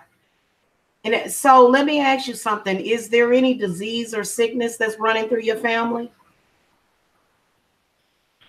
It's all related to the heart. Everybody's very heart sensitive. And that's because they don't want to open their hearts. They bring it on themselves. And I pray. I've been a praying woman. And I do it not in a church and not to show off. I do it in private. Yeah. Meditation is prayer in private. Everything is private. But they know this about me. They know this about me because when they're around me, they feel very different. And I don't advertise my spirituality. I don't advertise it. I just am. Yeah, exactly. And see, here's the thing, though. When you come in with your energy, it creates a cognitive dissonance for them because they're looking for you to come in and suffer with them. They're like, oh, how dare you not suffer with us? And that's exactly what it is. And see, I've been meditating more. You know, I had kind of fell off of it the past, you know, well, when I do my rituals, I have to meditate. But as far as for myself, I hadn't been meditating. And you know, once you start to meditate again and you start to connect and you can calm your mind, body, and spirit down, you can actually bring it to more of a peaceful place. And when they see that you're in a peaceful place, then that's when they attack. And it's like, but wait a minute. You're creating it. They're creating this hell. They're creating it. And why don't they see that? Your guess is as good as mine. All I know is I don't want their residue all over me. And it's been about 9 years since I've seen them. And they got in contact with me again about 6 weeks ago. And I'm curious as to why. Exactly. The question is why. And the reason why is because it's all about greed and everybody got to do the same thing. Oh, we did this, and so you got to do it too. But all it does is create misery within your own heart. So you said that they don't know how to open up their heart. And see that what I can sense is that it's something that seems to be feeding on the solar plexus, because see, a spell is going to affect your subconscious. So a lot of people are not walking around conscious. They're walking around in their subconscious all the time. I have a little nephew who just got a hold of me, and he tried to play mind games, but I can run circles around him. His name begins with the letter E. Does he have an agenda for getting a hold of me? Because that's my perception. Okay, let's see here. Let's see here. Spirit guides for the caller. Is this person with the name beginning with E? Are they feeding? Is he there to take the energy from the caller? Yes or no? Well, let's see what they say about him, because you know, yeah, it is. It is. I got a yes answer. And the high priest comes up. So you can tell that whoever this person is, they've got this generationally in their family where they do that. They've got it generationally in their family. Yeah. And what it feeds off is the, go ahead. So he's after me because he thinks I can provide money or do something for him, right? It's not necessarily money, but it's energy, and energy will be converted into money. So yeah, the Ace of Pentacles was the first card that came up. And so what it's doing is it just wants to feed off of your solar plexus. The High Priest, the Strength card, the Sun card. So he's definitely a son of a, you know what, whoever that is. Definitely there to feed. Definitely. Wow, you're there. You're just hitting it so hard on the mark. So he just wants to take energy from me, like I initially stated, right? Yes. Yes. Especially with the Strength card coming up. Both of these are those cards. And see, the way that they do it is they've got to implant something in your subconscious to do that. And then he'll even reopen wounds so that they can feed off of that. It's almost like a spiritual wound is like a scab. And that demon wants to feed off of that scab, because that scab is the healing process of your spiritual body. So when you're in the process of healing, that's when it really wants to feed off of you. So yeah, you need, and see, this is what I'm telling you. Until you remove that generational hex, everybody that comes into your life is going to be trying to feed, because they're going to be sent by that demon. You know what I'm saying? They're going to be sent by that demonic entity that's saying, okay, this person carries the bloodline of everything that I won't need, and I got to feed off of this person and their emotions. That's why they keep you emotional, because when they can keep you emotional, then that's when the feeding process develops. That's when it starts. And then you'll be drained and trying to figure out why you can't concentrate and focus. Does he kind of throw off your focus? Oh, yeah. He always tries to take me on an emotional Ferris wheel, by where he tries to make me feel guilty for not being in his life. But I set the law down and I say, no, things happen. You're a big boy. You need to understand. When your parents make decisions, it affects everybody, and that's not right. So I'm not going to sit here and let you try to play on my emotions of guilt, because it doesn't work that way. Communication goes two ways. So don't try to work that way with me. Right. Exactly. Yeah, when you start, when you build that resistance up, Star says in the chat, when you build up that resistance and that healing, so they feed off of healers. But the problem is that the healing is not going to the people that needs to be healed. It's these greedy entities that want it all, because it makes them feel good temporarily. I see that very well. I've not spoken to any of my immediate family members, because they need to contact me and humble themselves, because of the things that they put me through, or the things that they did were not cool, and I got over it. But you know what? I'm setting down the law in the sense of, I'm not here to be used and abused, and you're not going to suck the lifeblood out of me. Right. And you can tell that it's not a good thing, because that's exactly what they will do. You'll be feeling fine. Just like, for example, when I first got to Georgia, oh my God, I was driving around. I was going from city to city and chilling and relaxing. And they literally attacked me to the point of PTSD. Literally, I developed PTSD. And they laughed about it and said I was crazy while they were causing the PTSD. Because, you know, even though I'm a practitioner, I'm still a human being. And you can still feel that energy coming in and the pain that it causes, especially when it's your family. So that's why they say family will do you worse. The reason why they say that is because that entity is saying, no, I want you. I want all your children. I want all your grandchildren. And I want your mama and I want your daddy. And I want them to be caught up in this thing so that I can feed off of them. And that's all that it is to it. Well, I'm able to humbly say that I have nothing to do with any of these people, because like I prefaced in stating at the very beginning, I've been awake for a very long time, and I already knew that these people, although that I grew up with them, they're not my family, and we don't resonate on the same energy of love, because the love that I have for the world is not in them, and it's not, they don't have that kind of love for me.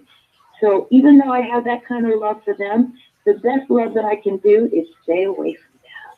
Yeah, that's true. That's true. And I could see that because they refuse to let it go. And see, there's a lot of people that, you know, I will tell you that there's a lot of people that they don't want the program to change because they don't want to let go of their money. But there's plenty to go around. There's plenty of energy in the universe. And when you contact that energy, they get scared because when they can't feed off of you anymore, then they're going to end up poor. But they should have known that. They should have known that this was not going to last forever and that people were going to start waking up to that. You know what I'm saying? I've been awake since I was very little. And I used to challenge my grandmother, daughter's side, not your mother's side. Right. Who are you? Right. And I've done this all my life. And when I got to be on my own and far away, I married the best husband, because 2 weeks after we were married, my delightful husband said, we're getting as far away from your hometown as we possibly can. Yeah. Yeah. And you do want to get away from that because just give yourself a break. And you know what? You can tell when they full of crap, when they don't even want to give you a break. They just keep contacting you. Even when you tell them, hey, listen, I don't want to talk to you. I don't want to hear this crap. They're going to go through so many changes to contact you. They'll use other people to get in contact with you. And it's sad, but they will. See, I see through all that, like I've done since I was a very little kid.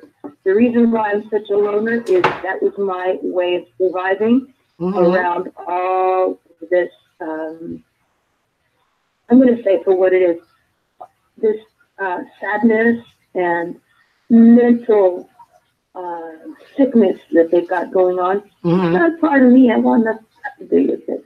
Nothing at all. Yeah. And I bless them and I wish them well. Yes. And I'm not going to fantasize and sit here and say I miss my mom, because I don't. I don't miss it. Yeah. I miss the idea of having loving people in my life. That I am smart enough to know that the people who you grew up with are not your soul family. No, they're not. That's so weird how a lot of people have said the same thing about that, is, you know, to the point where they don't necessarily, they feel like an outsider. You know what I'm saying? And it does make you feel like you're on the outside. And it's very sad because you grew up with these people and you love these people. But then they do you. This is what I had to remember. They don't love me. So think about it. It's a really interesting dichotomy, okay? Relationships. There's no way that I would be married or stay married to the man that I'm married to unless I didn't know that he loves me. Mm-hmm. And we don't have any kids, so I know that he loves me for me. Mm-hmm. He doesn't love me for our kids because we don't have any. Mm-hmm. So I love him, and I know that he loves me. Now, as for my family, okay, Mm-hmm. I love them, but it's another kind of relationship, and I know that they don't love me. Mm-hmm. So I know that I'm not going to impose myself or stay in a situation that is not of mutual love, Mm-hmm. giving, and respect. Yeah. So I do what's right for me. I have to love myself the way God loves me for things to work. Right. Yeah. That's true. That's true, definitely. And you know, how long have you been separated from them? 9 years. Ooh. How often do you get any of the attacks? Because I know that whenever the family is under spiritual attack, because what it does is that because they refuse to protect themselves from that energy, what will happen is that they'll be under attack, and then I can feel it. You know what I'm saying? And what they'll do is immediately they'll think about you, even though they're under attack by something else, that, you know, that by the demon. So then you become the demon when you tell them about it. Because it's always I don't tell them about Mm-hmm. it because they're not spiritually mature enough Mm-hmm. to handle the knowledge that I have got, and through my way of living, I have educated myself through my way of living and being. I don't abuse drugs, alcohol, any mind altering, nothing. Yeah. The worst thing I drink is caffeine. So I have had a clear mind. I even watched the toothpaste. A little confetti amount of toothpaste is what I wash my teeth with. Mm-hmm. I am very, very, very clear about what I put in my body. So I have been open for a long, long time. Mm-hmm. And I have a problem with people who, if you abuse alcohol or whatever, you're not in your right mind. Mm-hmm. I don't do that. And I don't like that kind of energy. Mm-hmm. It's dark. It's very, it's not very conducive to spiritual growth. And I stay away from those kind of situations. Mm-hmm. But with that being said, as a summary, I am the nerd. I'm the square. I'm the goody two shoes, because my spouse and I, we don't live like that. Mm-hmm. We just don't live like that. We live a very pure, clean life. We sleep early. We don't go out and party. Are we nerds? Yes. But Yeah. that's how we choose to live. That's what makes us happy. Yeah. And so your family wants to do a bunch of partying and stuff. Is that what's going on? They always have. They're immature. They don't think like me. They don't act like me. They don't talk like me. In the sense of this, I've always got a clear head. I've always got a clear mind. And I don't entertain anything that isn't in the same vibration as myself. Yeah. That's just how I live. Exactly. And keep with that, because you know what? Because I have this issue in my family, every single day I have to get up and do an affirmation for myself, because they're obsessed. So when you're different, they're going to pinpoint you. So every single day that I wake up in the morning, I have to speak positive affirmations over my life, because what they're doing is they're saying, oh, she's poor. She's broke. She's never going to make it. Her life is ruined. Oh, she's doing this and she's doing that, and God is going to punish her. But God ain't been doing nothing but blessing me. So you have to use. Let me tell you what my students, or the people that are near me. Are your eyes closed? Mm-hmm. Okay, we're going to close our eyes together. All you hear is my voice. Yeah. All I hear is your voice. And all that is, and all that was, and all that will be, will be. That's all there is. Mm-hmm. My voice, my energy, your energy, the rest doesn't exist. It's all a dream. Yeah. Not real. The only thing is your energy and my energy, and that's it. And that's how I live. That's good. Keep on living like that, and good on you for getting away from all those negative people, because I've been separated from my negative family who had nothing but negative things to say about me. They lied to people. I mean, they went through all sorts of changes to try to keep me wrapped up in that generational, cultural, and religious hex.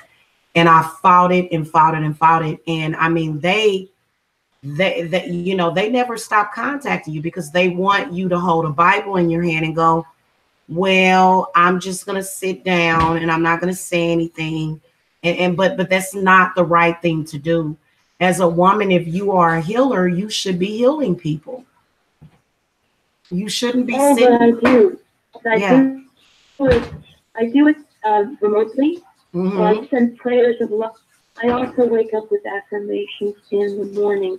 Good. And I do it with joy because God gives us the power to do that. Yes. And God tells us, I've given you and I've equipped you with everything you would possibly need. You don't need anything outside of yourself.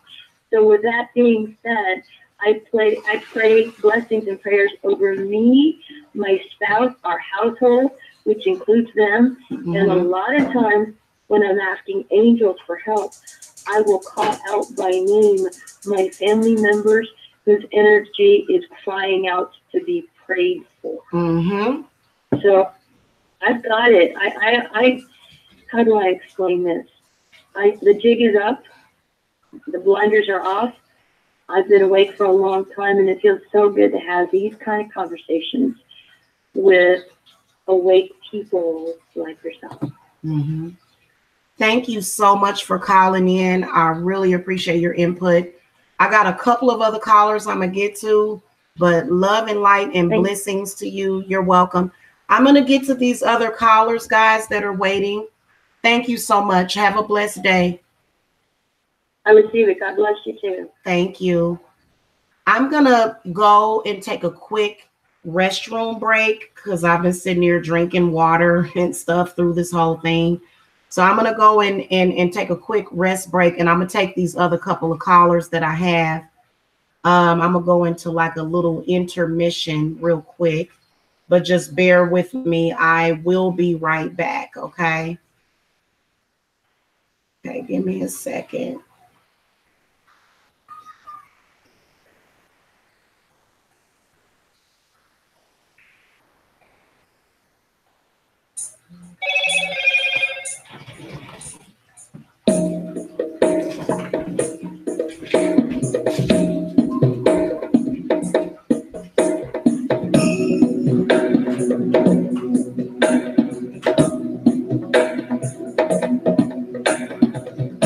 गिरिनन्दिनि नन्दितमेदिनि विश्वविनोदिनि नन्दनुते गिरिवरविन्द्यशिरोधिनि वासिनि विष्णुविलासिनि जिष्णुनुते भगवति हेशिति कण्ठकुटुम्बिनि भूरि कुटुम्बिनि भूरि कृते जय जय हे महिषासुरमर्दिनि रम्यकपर्दिनि शैलसुते सुरवरवर्षिणि दुर्धरधर्षिणि दुर्मुखवर्षिणि वर्षरते त्रिभुवनपोषिणि शङ्करतोषिणि कल्मषपोषिणि घोषरते तनुजनिरोषिणि दिविसुतरोषिणि दुर्मदशोषिणि सिन्धुसुते जय जय हे महिषासुरमर्दिनि रम्यकपर्दिनि शैलसुते मयि जगदम्ब मदम्ब कदम्ब वनप्रियवासिनि आसरते शिखरि शिरोमणि तुङ्ग हिमालय शृङ्गनिजालय मध्यगते मधुमधुरे मधुकैटभगञ्जिनि कैटभगञ्जिनि रासरते जय जय हे Mahishasuramardini रम्यकपर्दिनि शैलसुते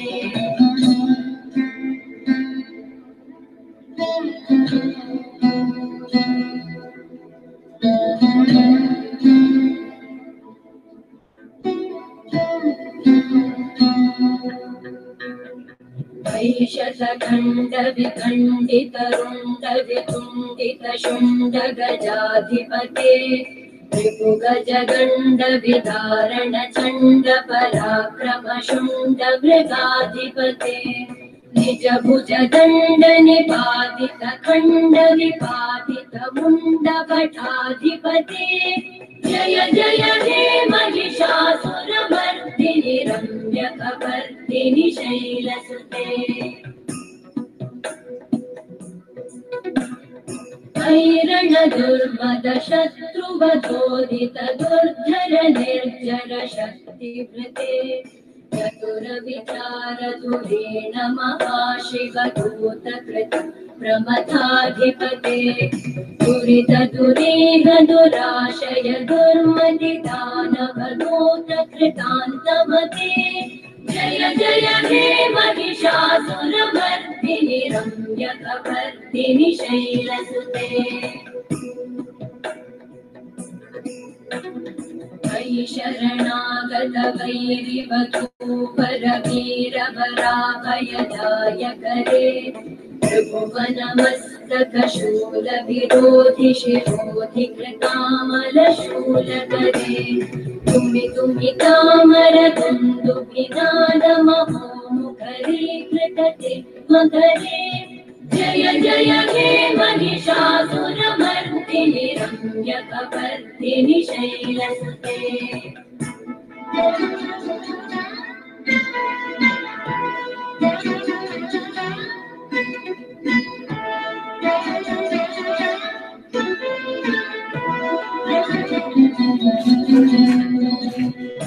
All right, guys, I'm back. I'm going to take my next caller.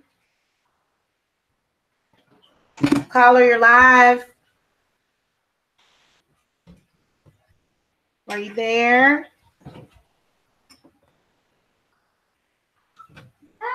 Caller, you live? Can you hear me or are you muted?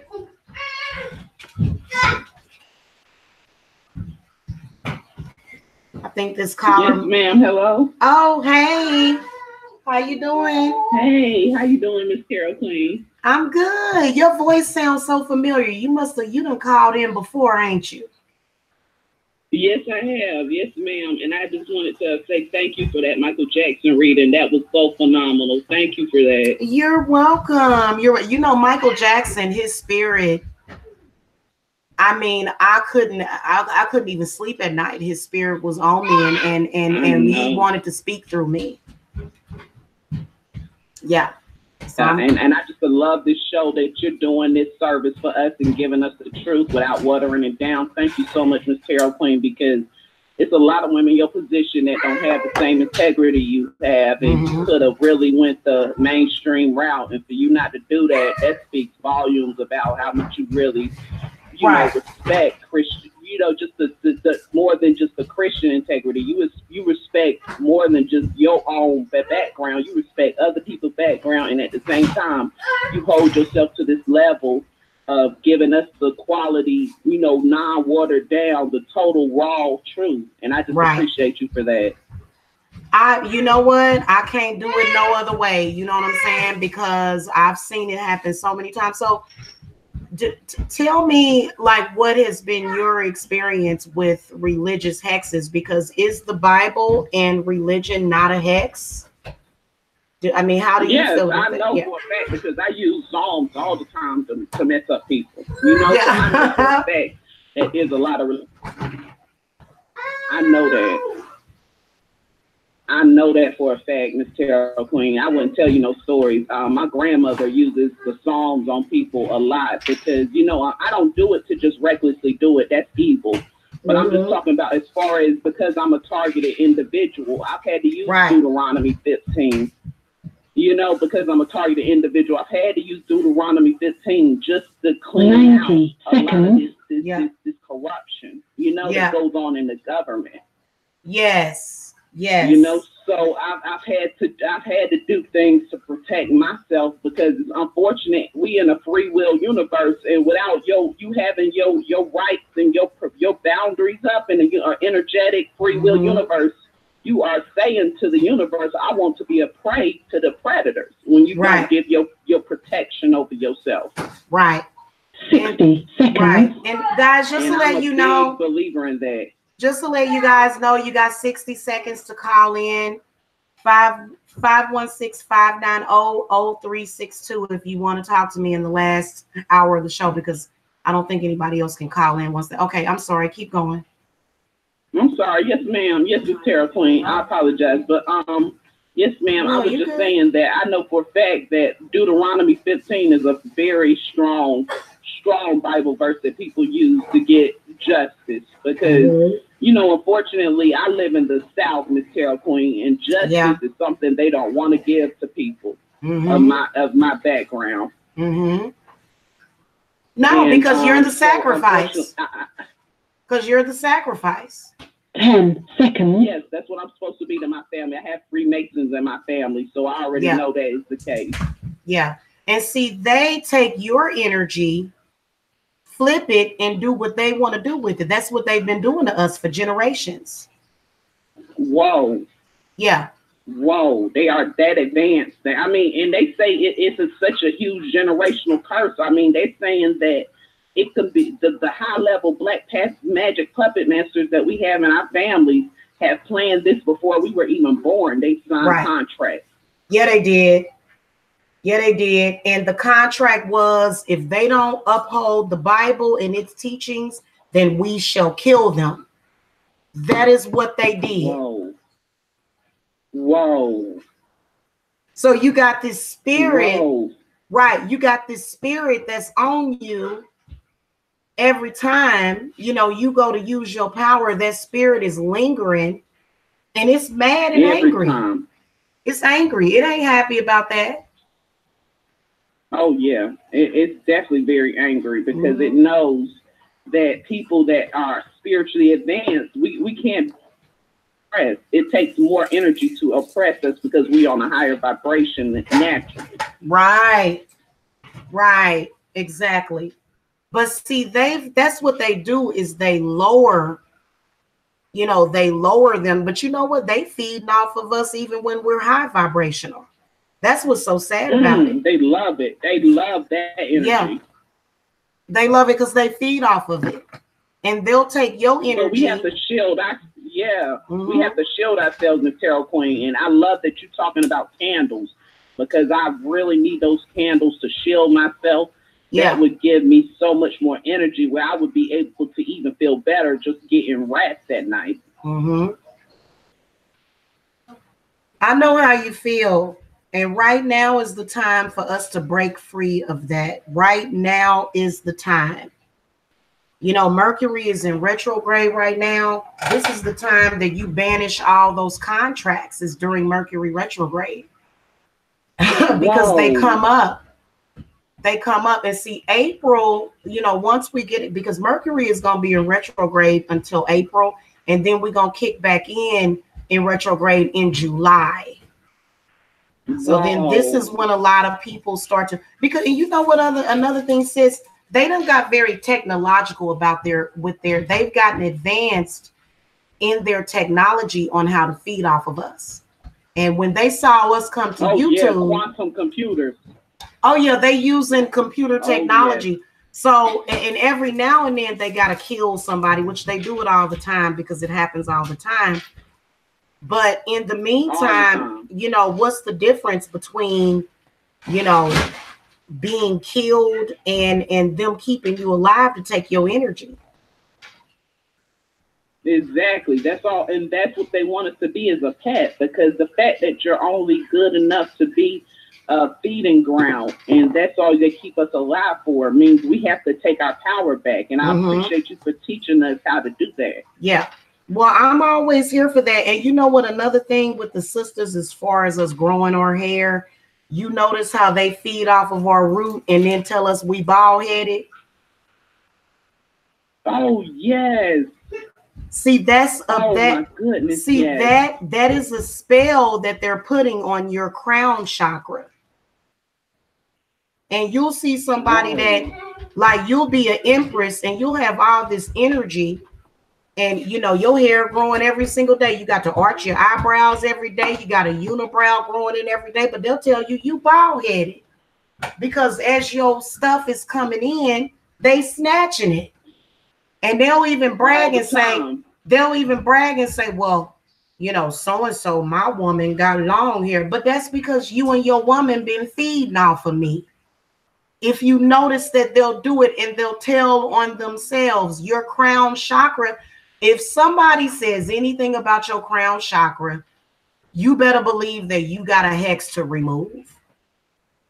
Oh, yes, that's the truth. I believe in that wholeheartedly because women that hate themselves have been known to cut their hair. That's something I used to do a lot, is cut my hair off because I was under a spell. Yes. Yes. And you know what? When you cut it, they feed off of that. I swear to you, I've seen them. They love it. I've seen them. Oh, they love that. And you're right about that. Why do people just all of a sudden chop their hair off like that? That's weird. All of a sudden, yeah. I used to wonder why I would get so extreme and so excited to do it. And, you know, I thought I was really going for a natural look, but it wasn't natural. I realized I really hated myself when I would do that. I was under some serious... Some serious issues. And see, that's how you can tell. What they'll do is they'll feed off of your crown chakra, your crown. Then that's all they feeding off of. They can see your halo and they gonna feed off of that. And so what they do to black women is they keep them stressed out every other day. They stressing them out, right? They give us a day of rest. Okay. See, Sunday ain't a day of rest for us. It's every other day. So every other day, man, just like tomorrow, they gonna be feeding off of us tomorrow because tomorrow is Thursday. So they resting today. Yes. And they building up they powers.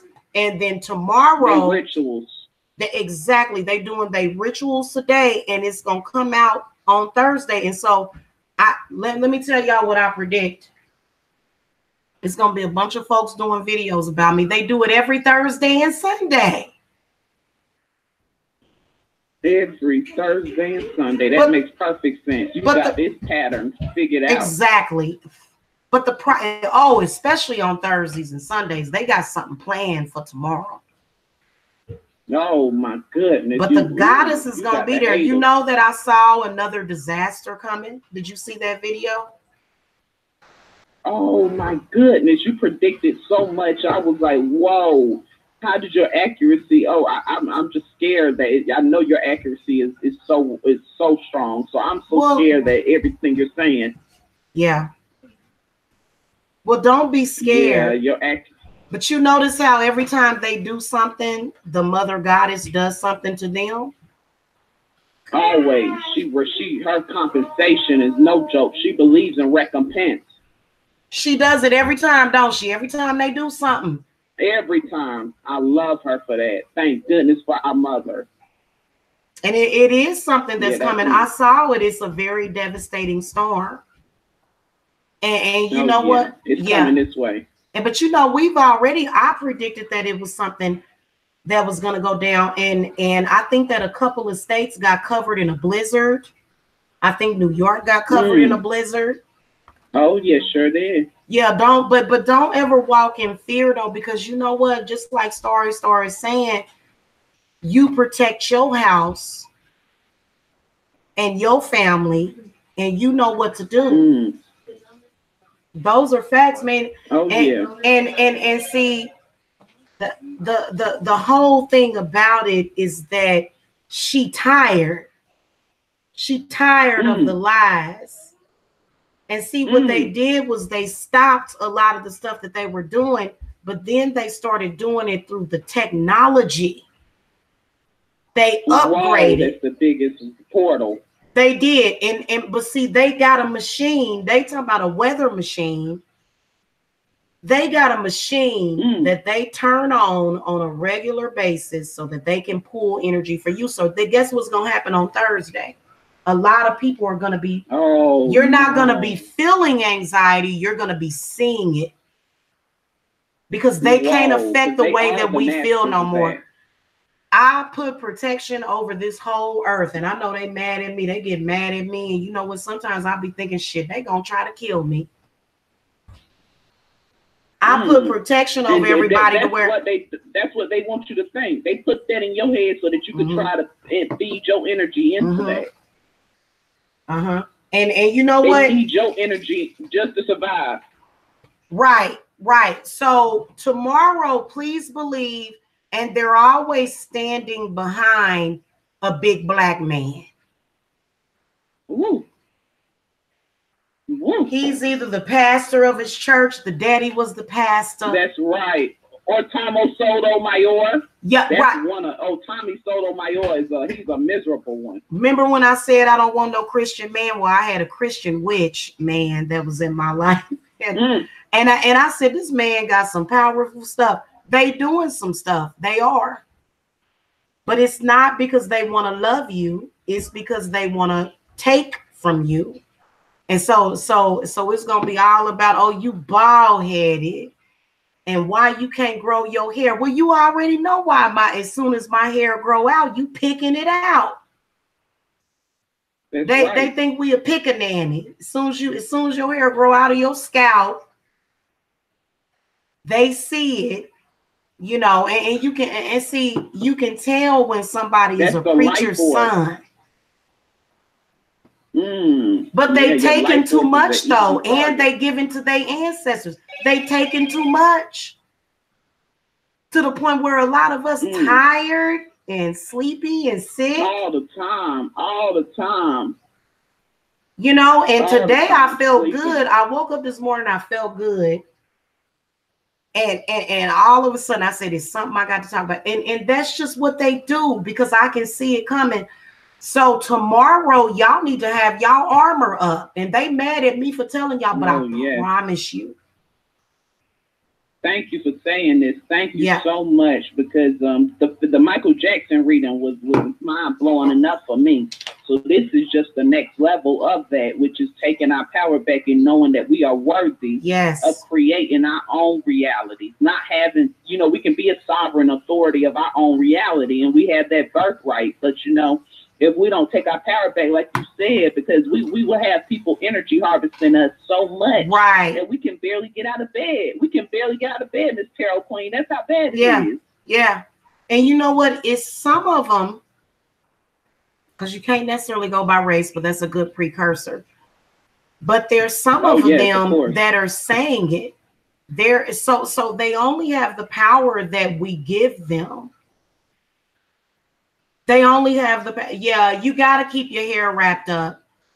You do. And see, I've got a whole bunch of, I got a whole bunch of brand new growth. You know, when that new growth come in, it's thick and it's compacted and it be stuck to my head. Sis, I got true nigga hair. I'm a bright chick. That's right. But I got really, really, really nappy ass hair. And as it grows, they come and feed off of it. They do. I've been knowing it for a while. And I see a lot of people, because see, I do work with Lakshmi, and you notice how a lot of them Indian people over there, they will give up their hair. Yes, they do. And that is being sold on the black market. Let me tell you something. It's people here that feed off of our roots and our hair. And that's why they always talking about it. So that's why you got to be careful when you see a black man saying things like, oh, she's a nappy head. And because he's basically, you know, one of them things, you know, one of them, them things that they do to wave, you know, wave up. What was that thing called where they call for SOS or they trying to pinpoint something? So what they'll do is they'll put a target on your head. A target. That makes it's a target on your head, and they like buzzards. They like buzzards. Oh my goodness. And they love that new growth. It's full of life energy. It's full of all these protons, neurons, electrons, and the spiral. The 9 ether.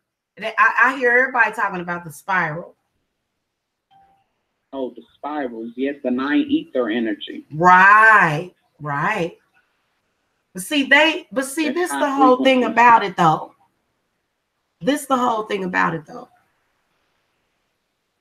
When you don't let them do that, then that can't mess with you.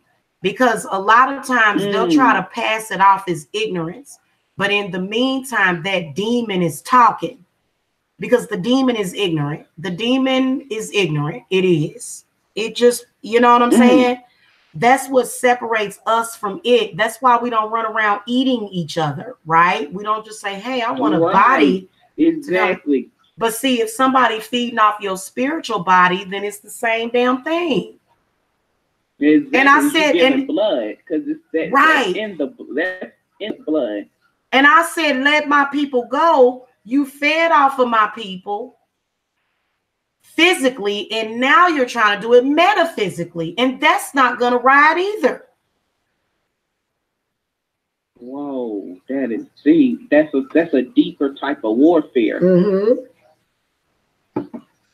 It that is a much deeper type of warfare. It is, and it's bad because you know what? It's like, you know, and so yesterday when I heard the brother talking about my girlfriend got hair going down her back. Since when you see a black person, a black woman with her hair growing down her back?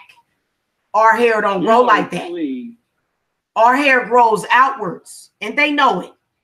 But they know it. And if you dumb enough to fall for it and go, well, I got to, you know, and what it is that when a black man talks like that, he's advertising weave.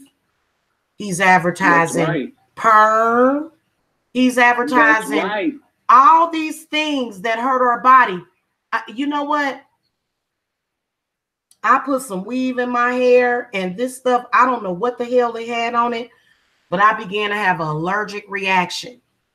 So if you give your hair sunlight, like for example, you know, I go outside in the sun. I just want the sun to hit my hair because my hair will get sun kissed. It'll get reddish, brownish in color. And so we've been taught to cover up our hair when we shouldn't have to, because they're saying that it's for beauty, but our hair grows out in an afro style. So then why would I need to feel some type of way about somebody else's hair that's growing down their back? I mean, if I were to twist my, you know, if I were to put twist in it or something, because, you know, we have magical hair.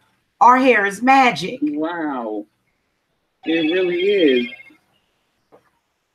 They can do spells with their hair. They do spells with their hair. And you know what? It is true that you should not put your hair in the trash. You got to burn it. That's true. It's just like going to a blood bank. It's the worst thing you can do is go. If you put a ball of hair, even of your shed hair, you can see little white roots in it. That's your root. You are not supposed to put that in the trash can, because what they'll do is they'll send buzzards and they'll go right over there and you be thinking, well, the hair gonna be at the landfill. Hell, they'll dig through the damn trash to get to that damn hair. Yes, they with will. That spiral curl in it. The highest. So my ancestors been telling any piece of saliva, anything. And if you got a ball of hair in your house, they'll try to distract you so that you'll just throw it in the trash. So what you got to do, if you throw a big ball of your hair in the trash, you got to burn that, because I mean, or if you forget to do it, if you distracted, then you say, I take all the power away. And see then if you ain't took your trash out, you don't have to dig through your trash, but just deactivate it so that they can't take that energy. Because a lot of people will put their hair in the trash, and it'll go to the landfill, and then the buzzards will come and take it, and eat it or take it back, some kind of bird or rodent or something. You see what I'm saying? So my spirit guys told me don't ever do that. They was like, don't ever do that. You know, when people used to burn their trash, they made it illegal to do that now. Sorry, hold on, y'all. You ain't allowed to burn your trash no more. Ain't that the truth? I don't want you to get nothing. I don't even want you to get my damn trash. And the reason why is because, damn, can I get some of it? Can I get a piece of my own pie? And when you, oh my God, when you start to use your own energy, they are coming for you. They will hire people to come for you and say, no, you are supposed to be the slave. You are supposed to be you were supposed to be the eaten off of. You don't do that. The prey. They want you to be the prey. Mm-hmm. Oh yeah, story. Your mother-in-law was smart because you cannot throw, girl. And if you do, you better burn all that trash.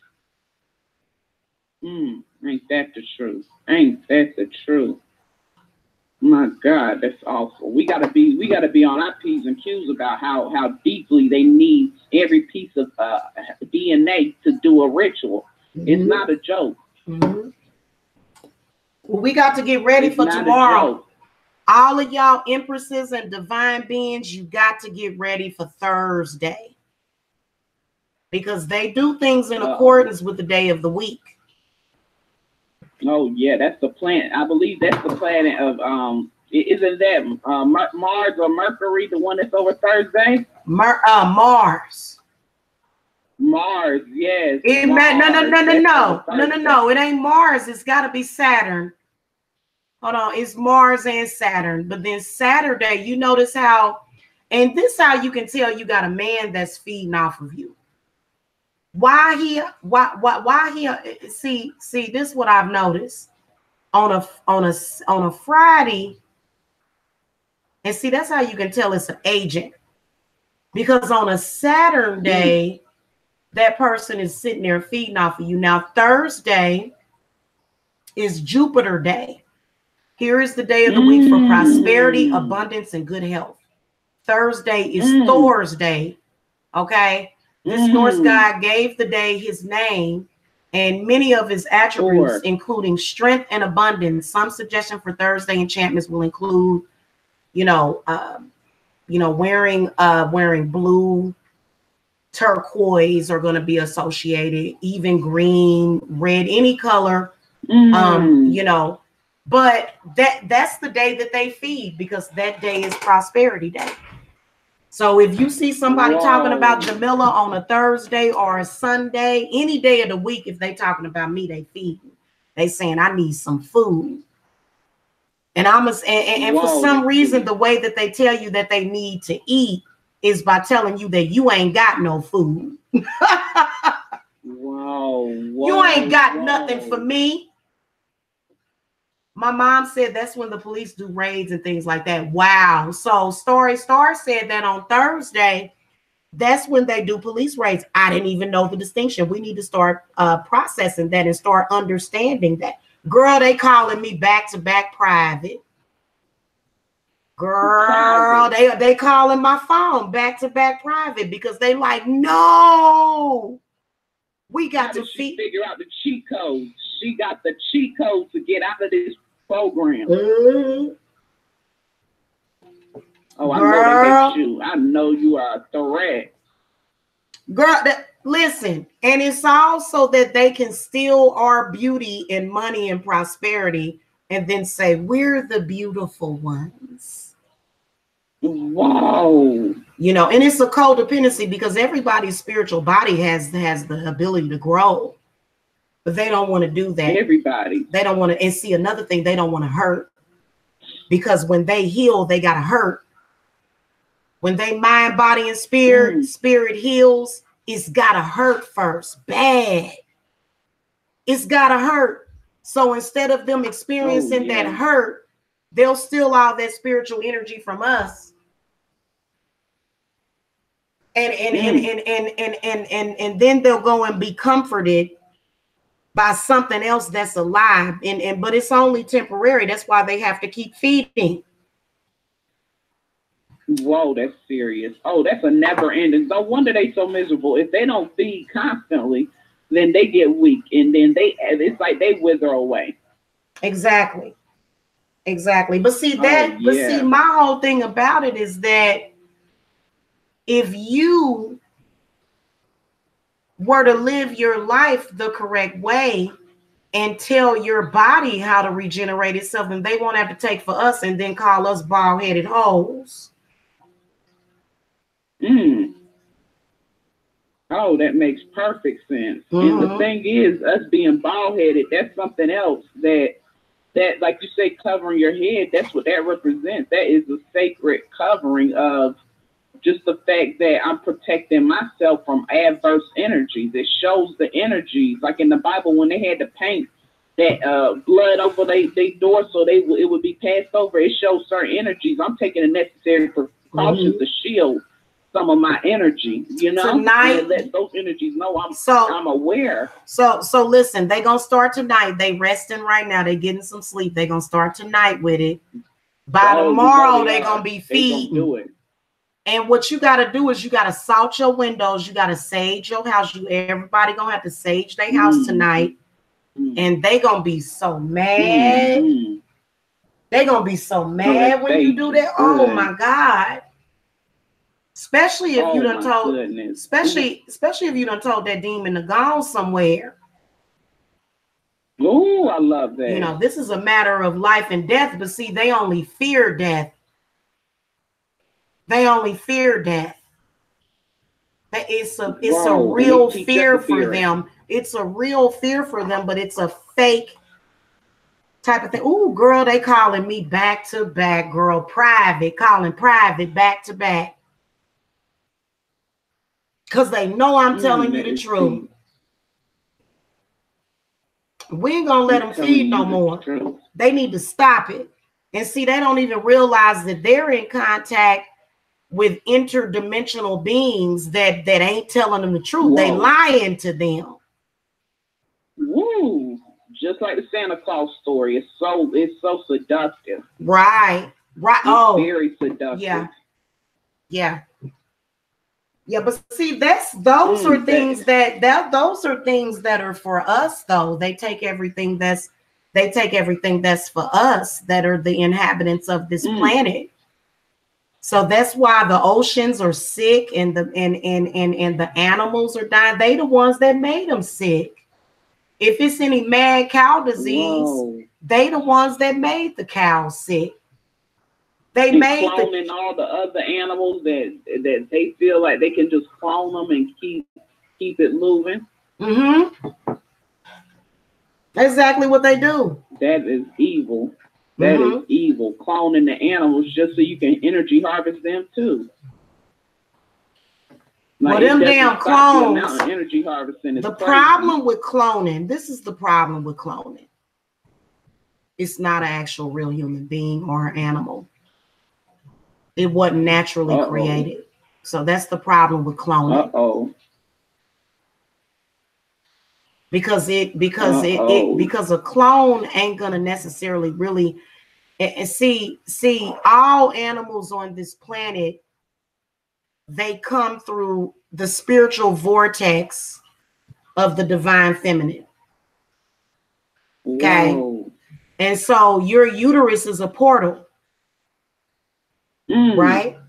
It is. It's a portal. And what they do is when they artificially creating something in a lab, that's something that is unnatural. So this is the why that is not good. You know, back when they first started talking about cloning, you know, even though the religious people were all over it, which it was the religious people that allowed it to go on, I said, oh my God, I said, this ain't gonna be good.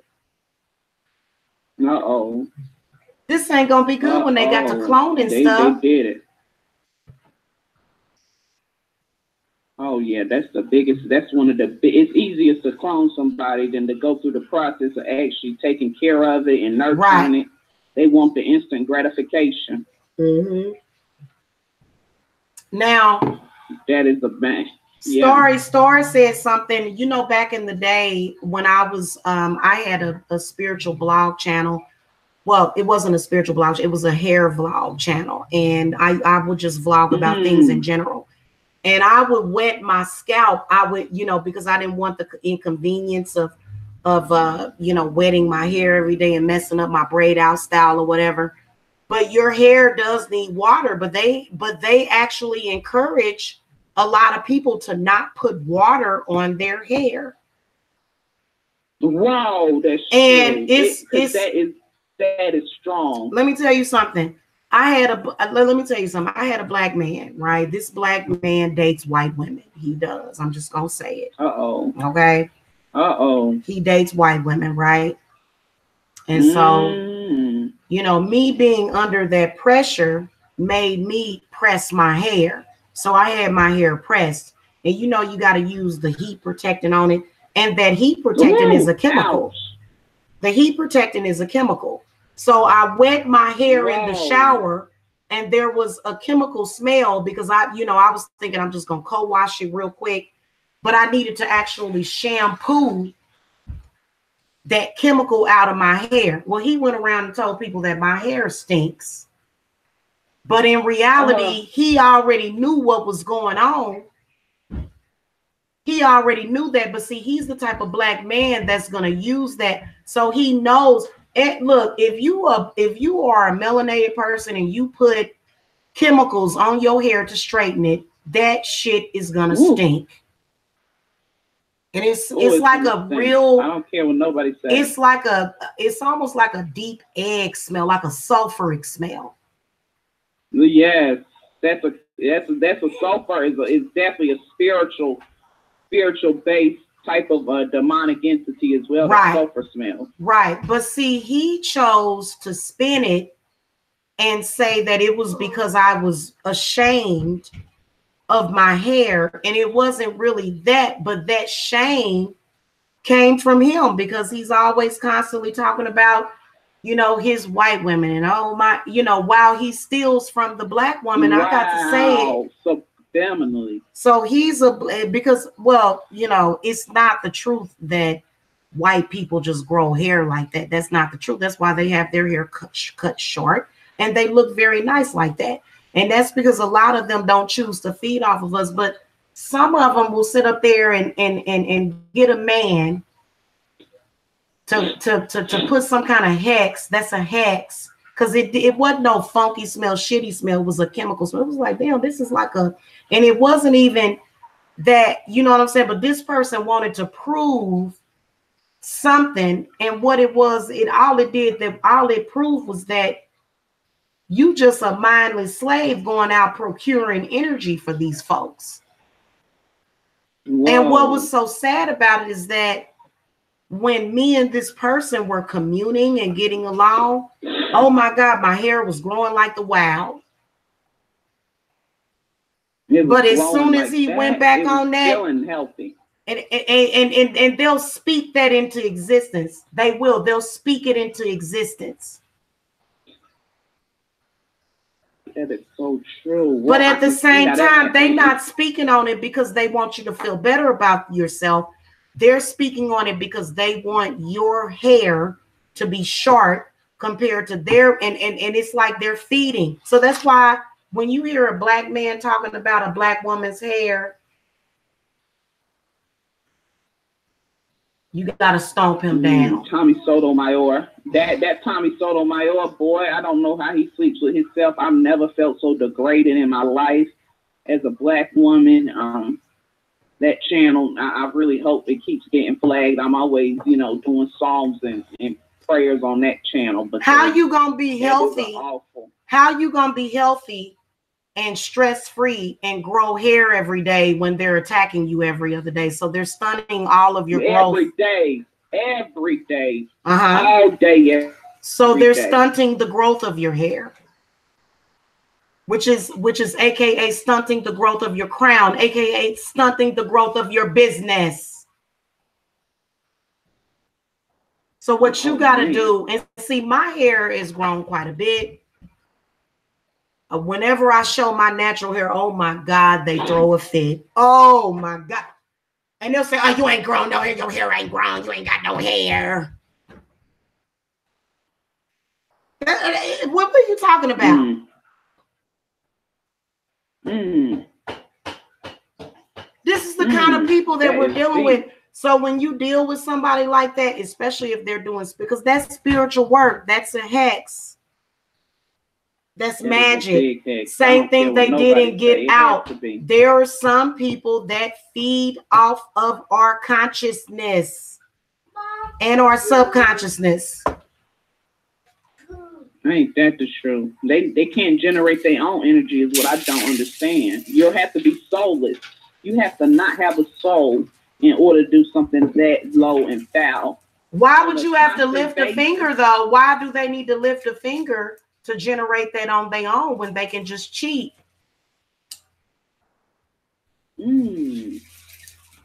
Well, they have no soul. They don't have a life force of their own. So, you know, it's to them, it's like using electricity, and that's their whole validation for it.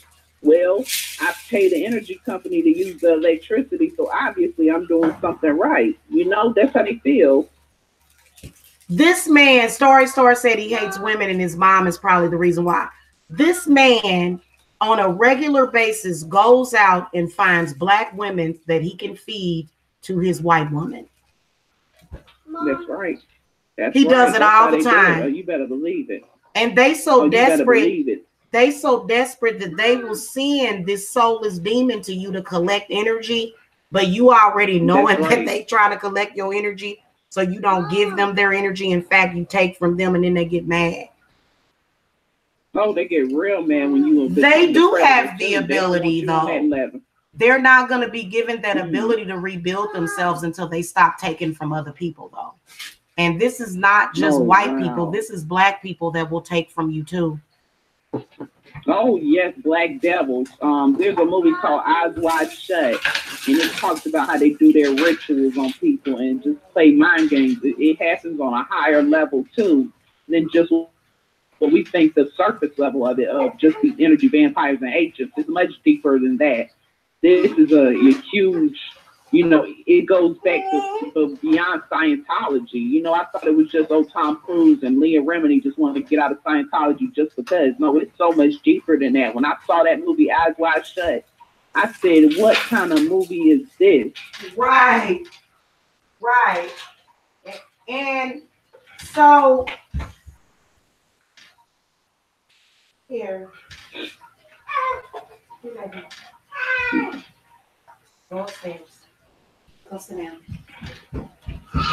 Sorry about that. I had to step away for a minute. I'm still listening though. I can still hear you. And it's so sad. It's so sad. It really is, because when you're fit, because and a lot of the times they're doing it for superficial readings, for superficial reasons. When you feed off of somebody's, let me tell them what they're doing to people when they feed off of your crown chakra. Let me tell you what you're actually doing to somebody when you're feeding off of their crown chakra. You're feeding off of their brain. You're taking brain matter from them. Whoa. Yeah. That's not the same thing as using electricity. That's what alchemists say. Oh, it's the same thing as using electricity. You're just using energy for electricity. It's deeper than that. Right. Your crown chakra is your Sahasrara, and meaning the lotus flower of 1,000 petals is found at the top of the head and in the last in the line of the 7 main chakras in the body. Okay. Now, symptoms of a crown chakra feeding is going to be migraines and headaches, insomnia, sleep disorders, amnesia, Alzheimer's, where you can't think straight, schizophrenia and mental health issues, pineal gland and thyroid disorders, neurological disorders, and nerve pain. Okay. Spiritual symptoms are unable to communicate or connect with others, lacking in faith, beliefs, and spirituality, feeling disconnected from inner feelings and emotions, feeling lonely and unimportant. So this is what they're doing to you when they're feeding off of your crown chakra. And they're creating mental illnesses, and they'll say, oh, well, you're mentally ill. Yes. So they can really feed on you in those instances. Sacred geometry. They do a lot of sacred geometry rituals on people in those institutions. Right. A blocked crown chakra can limit spiritual growth and cause isolation and emotional distress. What are they always talking about with nappy-headed women like me? Our hair. Yeah, that we can't get a man. Ain't that the truth? Or we can't. One, I heard Trick Daddy, the rapper, he said once these Spanish women start learning to fry chicken, y'all black women ain't gonna be good for nothing. That's because he gotta say that he a puppet. He gotta say that he a puppet. If any of you people, any of you from any race, but especially black people, if you're feeling depressed, if you feel confused, if you feel scattered, please believe that there is something feeding off of you. And it is not of this world, because if it was of this world, it wouldn't have to. I mean, literally, a lot of people are going to probably feel these weird pains every time they feed off of you, and that is a psychic attack. Oh my goodness, yes. And this information is readily available to all of us. So they may not be feeding off of your crown chakra at that moment. They're gonna feed off of every chakra that they can. They don't care if it's your head, if it's your heart, if it's your ass. They're gonna feed off of all of that. So tomorrow they probably gonna be talking about everybody's butt. Tomorrow gonna be butt day. Oh yeah, you know they're gonna do something. Maybe Kim Kardashian might post a picture because she's one of the butt advocates, or you know they have one of their famous, you know, Jezebel women to do the little photo shoots on Instagram. Or trust me, it's gonna be plenty of photo shoots on Instagram tomorrow. And you'll be running around here, your butt be flat, and they butt be big. Right. And they be talking about your butt. Right. That is so true. They've been doing it for the longest. That's what the movie Get Out was talking about. It's very immoral, and they distract us by saying that veganism is supposed to save us. Well, we're the animals that they feed off of. What the hell are you talking about? No way. It's gonna be butt. Will make you sick. Tomorrow gonna be booty day. It's gonna be booty, all right. That's so it. They got a fake, you know. They can use that to generate money too. They use your sexual energy to generate money, not just pleasure. That's right. Symptoms that you may. Power of Tantra. Right, exactly. Symptoms that you may have tomorrow associated with your root chakra. Okay, and that's real because you might wake up feeling drained. Oh God, I'm so tired, because they done already started the night before. What? Yeah, they start early. They don't. Oh my goodness, that is serious. That means they don't never want to give themselves a break from free feeding. That means that they are so desperate for this. They've been doing this for so long. It's like it's never enough for them. They're insatiable. Okay, so you anxiety sufferers, okay? They're not going to be blocking it. They're going to be taking it. Anxiety, nightmares, fearful. You may have fears of certain stuff. Back pain, leg pain. Your feet hurting. Restless. Your blood pressure might be up. Kidney infections, tumors, cancer, heart disease. So you may and circulatory things, and then bladder irritation, lack of self-esteem, self-interest. You're gonna be wanting to You're gonna want to get up and go to work in the morning, but you probably gonna be feeling too tired. You're gonna be like, damn. Telling y'all what I know. That's scary. And they really don't like those daily readings. When I turned to the daily tarot, they said we cannot let this women, we can't let this women do daily readings for these people because she's gonna one day tell them that we feeding on them on these certain days of the week to the point where they're gonna change the whole timeline. They'll change it all just so that they can throw you off. No, we ain't gonna feed on Thursdays. They timeline jumping. We gonna feed. They jump on different timelines. Oh, they started feeding.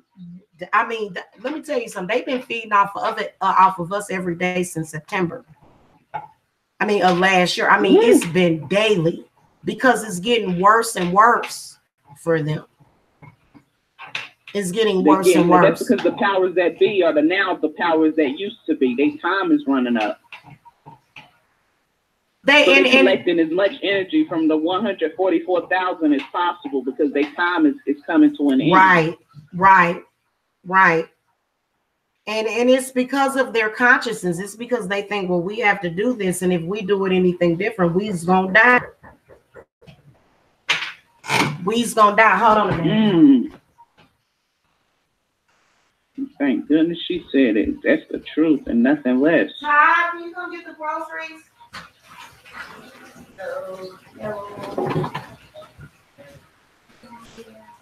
I love that. We got to stay together. We got to take our power back, our energy back. We can't just let people or these energy vampires be master black magic puppets on us. We have to take our power back too. Thank you, Miss Tarot Queen, for investing in your energy enough to care about us. That is huge. That's priceless. Like, I don't know who else is on this level giving it with this much integrity and not scared to lose viewers. This is phenomenal. It's phenomenal. And you're still a good mother at that, loving people and giving us the truth while you're at home. You don't have to do that. You could hoard this knowledge for yourself if you wanted to. But instead, you take time to care about us and give us this knowledge and use your light and your darkness at the same time to make us all more enlightened and just more conscious of the fact that we deserve to have a natural, healthy birthright of living the best life we can, you know, right. But not at being targets. You know, we don't have to live a fake life of that whole matrix reality of trying to impress others, but in being happy, pleasing ourselves while we're enlightened and aware of retaining and maintaining our energy. Right. That is huge. Right. Yeah, that is huge. That is huge. I said that's a blessing. We can still live a totally authentic life, pleasing ourselves, but not doing it sacrificing nobody. Right. You know what? That whole sacrifice thing, that was a lie. That was a spell that was put over people. You know, that would make sense. That would be a great distraction because how can you sacrifice somebody when you're cloning them all the time? Right. That's what I want to know. Well, I really want to understand that. My understanding of it is that they just don't know what they do. They're ignorant. It's ignorance. And if you know exactly what they're doing, then you can combat it. You can fight against it. They're very combative about that. Yeah, and they'll tell you, they'll say, well, what were you doing? You know, why were you doing this? It's like, because I'm within my right. Am I doing something wrong? Power. Yeah. Yeah. Whoa, that is awful. That is awful. And that's something that I'm starting to see a lot with us as Black people. It's a quote by Alice Walker, the lady that has the movie Color Purple. She said Black people don't have any power because they've been convinced and brainwashed so much that they don't have any. It's so easy for them to give it up. Right. You've been told so long and oppressed and beat down so long that you don't have no rights. People can easily steal that from you. Exactly. And they get mad when you know exactly what they're doing. They get mad about that. And you know what? A lot of them know exactly what they're doing. A lot of them know exactly what they're doing. And you know, that is phenomenal. It's definitely a ploy. So what I want y'all to do is at some point tonight, you need to protect your spiritual energy and say, I'm not giving away my power to nobody no more. I'm going to use this power for me and my family, and see how much you manifest. Yes. See how much you end up manifesting. A lot of you sisters that got y'all own businesses and stuff, you know, a lot of them think that they got to go out and speak about somebody else. Wait until you actually start to pay attention, because a lot of these, you know, witches and spiritualists out there, they're just puppets. That makes sense. Those gurus that I got all those views on their channel. Ain't no way spiritual people get that many damn views. Ain't no damn way. It's that many conscious people, all these fake followers, and they even steal followers from you, Miss Tarot Queen. They steal your followers and try to bring them to the popular people channel. That's true. I see them doing it all the time. They watch. Tomorrow, my name is going to be in the title of somebody's video. I can guarantee you. I can guarantee you. I know it. And they're going to steal your followers. No, they ain't. Oh, that is evil. That is evil. You don't deserve that. And I'm just like, wow, the more you try to help us, is the more they work so hard to bring you down, because they know your gifts are not a joke, you know? They know your gifts ain't no joke. So I know they plotting like, how can we give her a psychic attack that's strong? Because it's like every time you do a celebrity reading, Miss Tarot Queen, it's like, I can see that they want to feed on that energy. I'm gonna do a reading today. Guess what I'm gonna do a reading on? I'm gonna do a reading on Jussie Smollett. I'm gonna do a reading on, and by the way, Jussie Smollett got them charges dropped. Okay, I knew it was something under the belt. Yes, he did. I'm gonna talk about the Tasha K and Cardi B situation. I'm gonna do a reading on that to see if Cardi B is gonna win that lawsuit. That. Lovely T was a part of that too. Lovely T got in it because Miss Tasha K is very angry that she helped Lovely T with her brand, and she hasn't gotten any type of love back from Lovely T. Well, you know, Tasha K got her own concept on me. Her whole concept came from me, because I used to sit and sip wine. Well, no, she good. She good. She can handle it. I'm fine where I'm at. I don't necessarily watch her all the time. I'm concerned about Tasha K. I'm concerned about. Concerned too. Yeah, I'm concerned about, you know, and so I'm going to be doing a reading on that, because that's big, you know, whenever. Because you know Cardi B is a sorceress. Cardi B can do some sorcery on a lot of them. Well, so is Tasha K. Tasha K is a witch too. Yeah, Tasha K is a witch as well. Yes, definitely. Lovely T is. I definitely know that Fame versus Sacrifice does a lot of black magic, she said. Yeah. Well, and at least she's saying it. You know, a lot of them, they don't necessarily. She's angry. She's angry. People don't take her seriously about her black magic. Fame versus Sacrifice, but she's about to show some people that she can take them down with her magic too. Yeah, well, you know what? I like Fame and Sacrifice. I watch her all the time. Yeah, I'm subscribed to her. I like her, but she's not getting her credibility.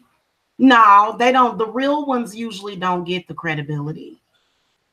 Yeah, she don't get the credibility she deserves. Yeah.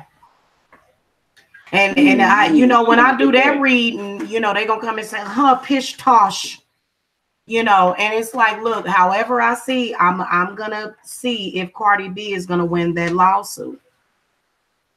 So, you know, I did a reading on Chris Brown, but you know what? The next day, Chris Brown started to clear that stuff up. Remember that? Like the next day after I did that reading. Right. But I bet you Chris Brown probably done cleared that up real quick. I bet you quick when you did that. Listen, I bet you Chris Brown done cleared up a bunch of that stuff. He did not want you exposing that.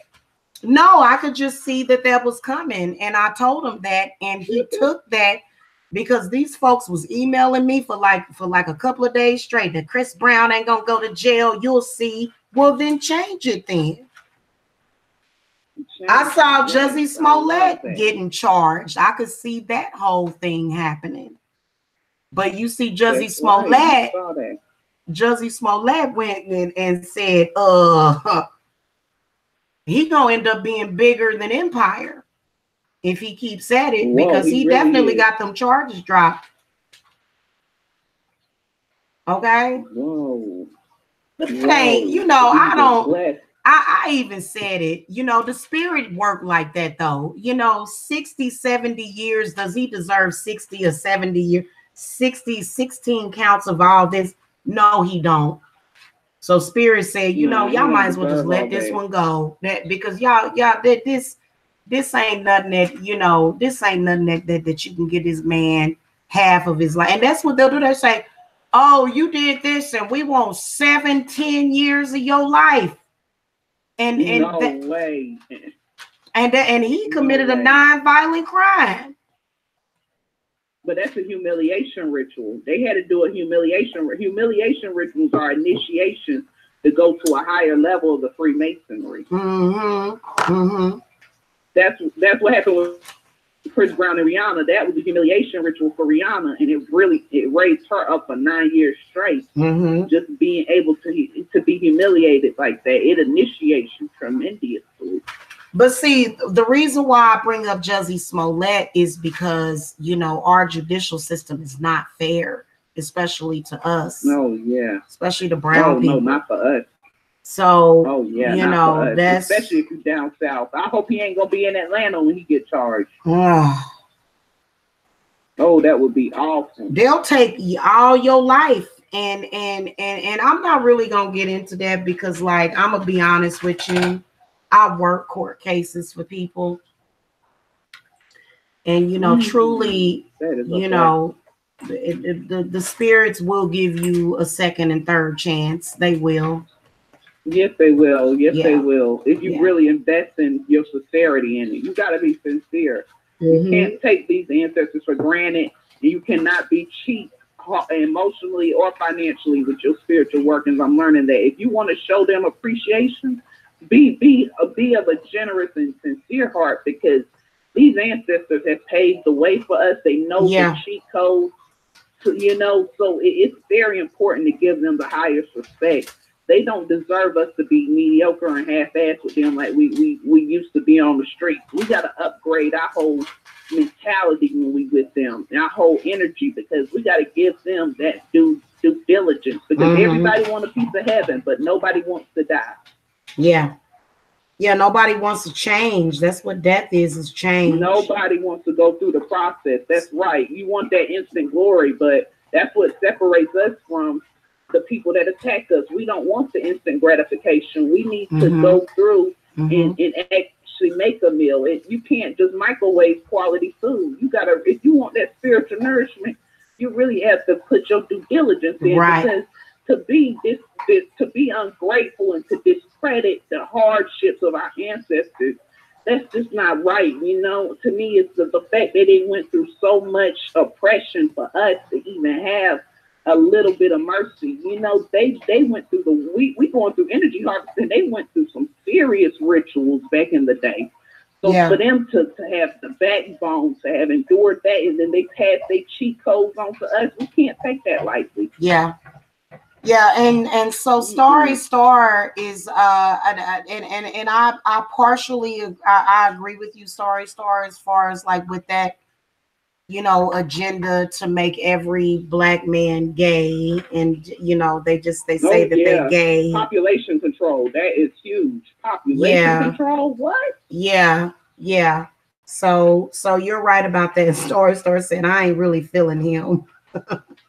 And you're right about that because if you're not pushing that agenda, you know, and you're somebody, and then right when they get to having everybody fight, then all of a sudden people want to gear towards same-sex relationships. You know, men of this and women of that. That's a good cover up. Yeah. So that is true. Or they talk about the price of oil. Yeah. Yep. Mm-hmm. Yep. Mm-hmm. The stock market, anything to keep us distracted.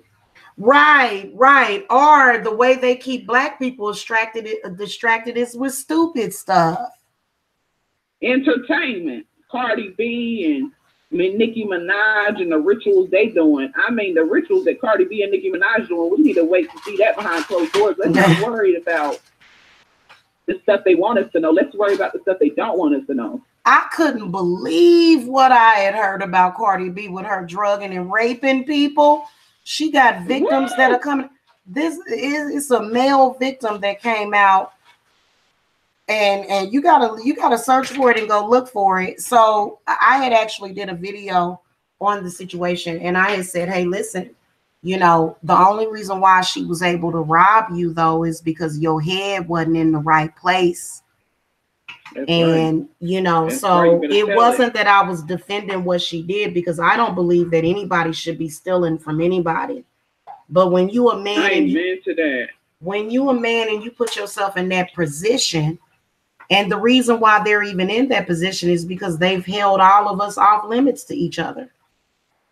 Anytime somebody using Blog Talk Radio, and I'm sorry guys, the call ended with Blog Talk, sis. I'm sorry that you got hung up on, but whenever they do that, whenever you see a man that is living a straight lifestyle, you can tell that they get to attacking them because it doesn't go along with their agenda.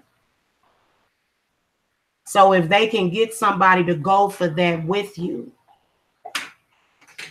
and, you know, they directed a lot of that towards the poor communities and the black communities. But to be honest with you, even a poor person is still going to have the instinct to reproduce. The problem is that they're reproducing for the demon. And then the demon says, well, now that you've reproduced, now you don't have the capability to take care of this son, god, or goddess, or child. And we got to take 30% or 33% of who you are and take it and use it for our own agenda. Yeah. So any of you people that are afflicted by generational culture or religious hexes, you guys can become very wealthy if that is what you want. I know that for years, my wealth was in my mind because I was so happy in that contentment. But then Spirit said, no, you got to do something else. They said, we're going to have to take you to the next level. You know what I'm saying? So that you can live the life that you want to live. And then also make sure that you are leaving a mark, your mark. You know what I'm saying? And you're doing your part. There's a lot of people, they feel like doing their part is doing something evil. And maybe what they doing might seem to be evil at that moment, but then maybe it's actually for a higher purpose. The whole point is for you to have trust. That's the whole point. Is for you to have trust in yourself and faith in yourself, that your mind is not going to listen. I'm gonna tell y'all something very personal. These spirits have tried to kill me. That's how important this is. I could have been done, went all off somewhere and did something else.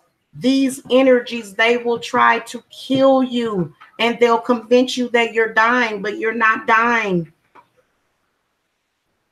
which is just a psychic attack.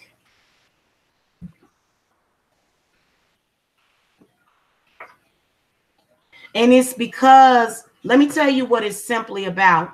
It's so that they can have $1 million and you can have $1. It's all about competition. Well, I got more than you, so I'm better. And see, that makes them not have to face themselves, but they're going to have to face themselves. You see what I'm saying? And you know, the reason why they get attached to your bloodline is because you could be coming from a royal bloodline. That's why I said to this black brother that's supposed to be conscious, I said to him, I said, a lot of your queens is walking around here with holes in their shoes because of men like you that left them to die and threw them under the bus, and he thought it was funny. So he in trouble. If I knew a sister, if I knew any of y'all, because you know what, to be honest with you, if I saw any of y'all going through that, I say, what do you need? This person thinks it's funny. Poor people, laughing at people that are poor.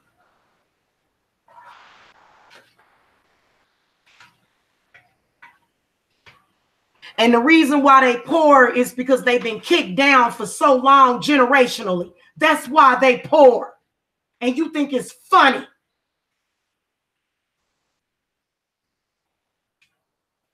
And you take your selfish ass to a store and you'll buy you a pair of shoes, but you won't buy a pair of shoes for somebody that you see as being poor. And the only reason why you perceive them as being poor is because you tried to make them poor. And they showed you poor, but they also showed you abundance. And the only thing you was attracted to, brother, was and what they'll do is they'll come and they'll say, oh, well, you know, black people are caught up in this and that. And then they'll come right back and live and breathe and expound themselves and elevate themselves. Because I'm going to tell you something, as a woman, I am going to kick you down before I can rise you up when you tripping like that. Because he's tripping. When a man does that, and that's why it was done publicly, because it was another choice that that person has, but they chose to take the other choice. Yes, it is a bunch of queens and kings walking around here with nothing. And the reason why they don't have nothing is because they don't believe in themselves. And you are never good, because when we start to uplift poor people, that's when this world is going to do better.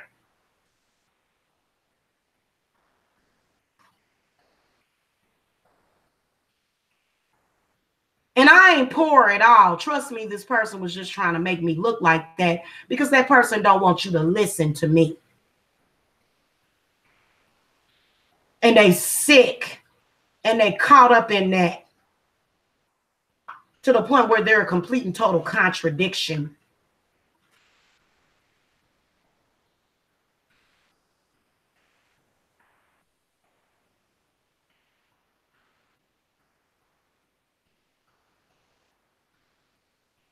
He's so damn far. A lot of these men are so damn far out of their element. They can't even say, and it's because they've been trained to do that. They have no understanding of the world that they live in and what's getting ready to happen with all the poor people about to be rich and all the rich people about to be poor. And they still gonna have their money, but the reason why they're gonna be poor is because mentally they'll have no stimulation. They will no longer have anybody else to look down upon. So all of their riches is fake.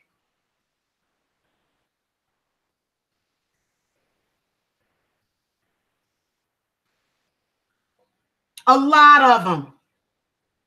The tower and the house of cards that they have built is going to get torn down.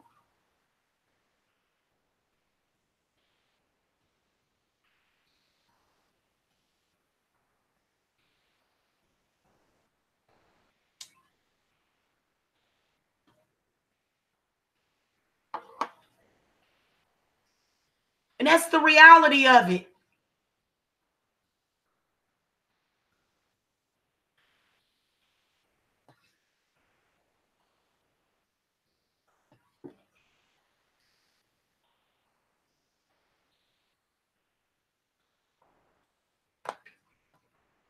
And it's so, oh, I want to say that you're broke because I want to prove that the church is more valuable than what you're saying. I want to prove that as a practicing witch, you can't do what we do because we're men and we run the church and we run this shit and you don't run nothing but your mouth. Men have turned into nothing but flimsy, feminine gossipers. A majority of them. And you literally got to bring in a man from the spirit realm that will come into the physical. As a witch, you have the capability of manifesting a man out of the blue that ain't nobody ever damn heard of. You be like, who the hell is this person? Does this person have a birth certificate? Maybe they do, maybe they don't. And they be like, what you doing? How you do that? I thought everybody was fucked up like me. And it's like, oh, everybody fucked up. Everybody like this. We all fucked up. No, you're not. But you are under a spell.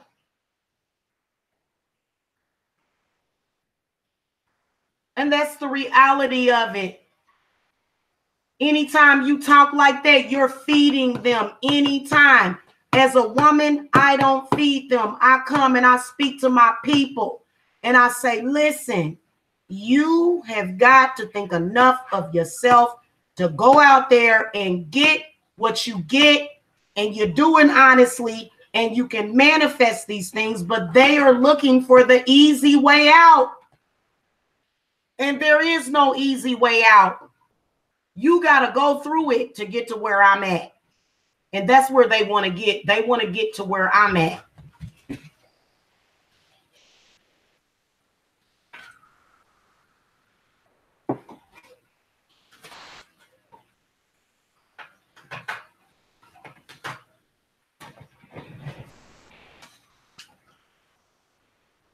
Stop.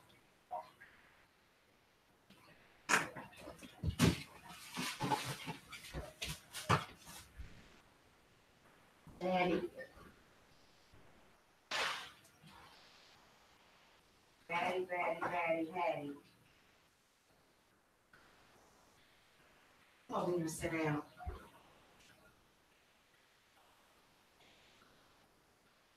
Okay, y'all, I'm going to wrap this up because my dogs have made quite a mess. If you guys need to reach me for the generational hex removers, the link to my website is below. For those of you that have given up hope, you need healings first because you got to get yourself back to where you need to be. You got to heal yourself. You got to get strong before you can face these demons. And those demons are in your subconscious.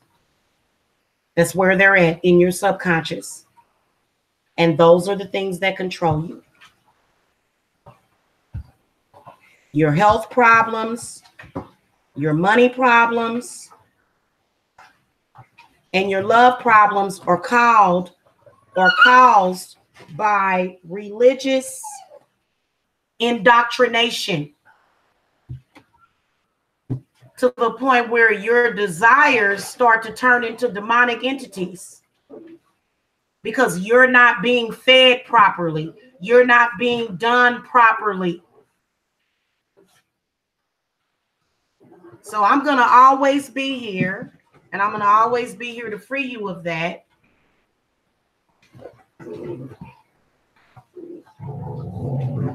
Of that religious indoctrination.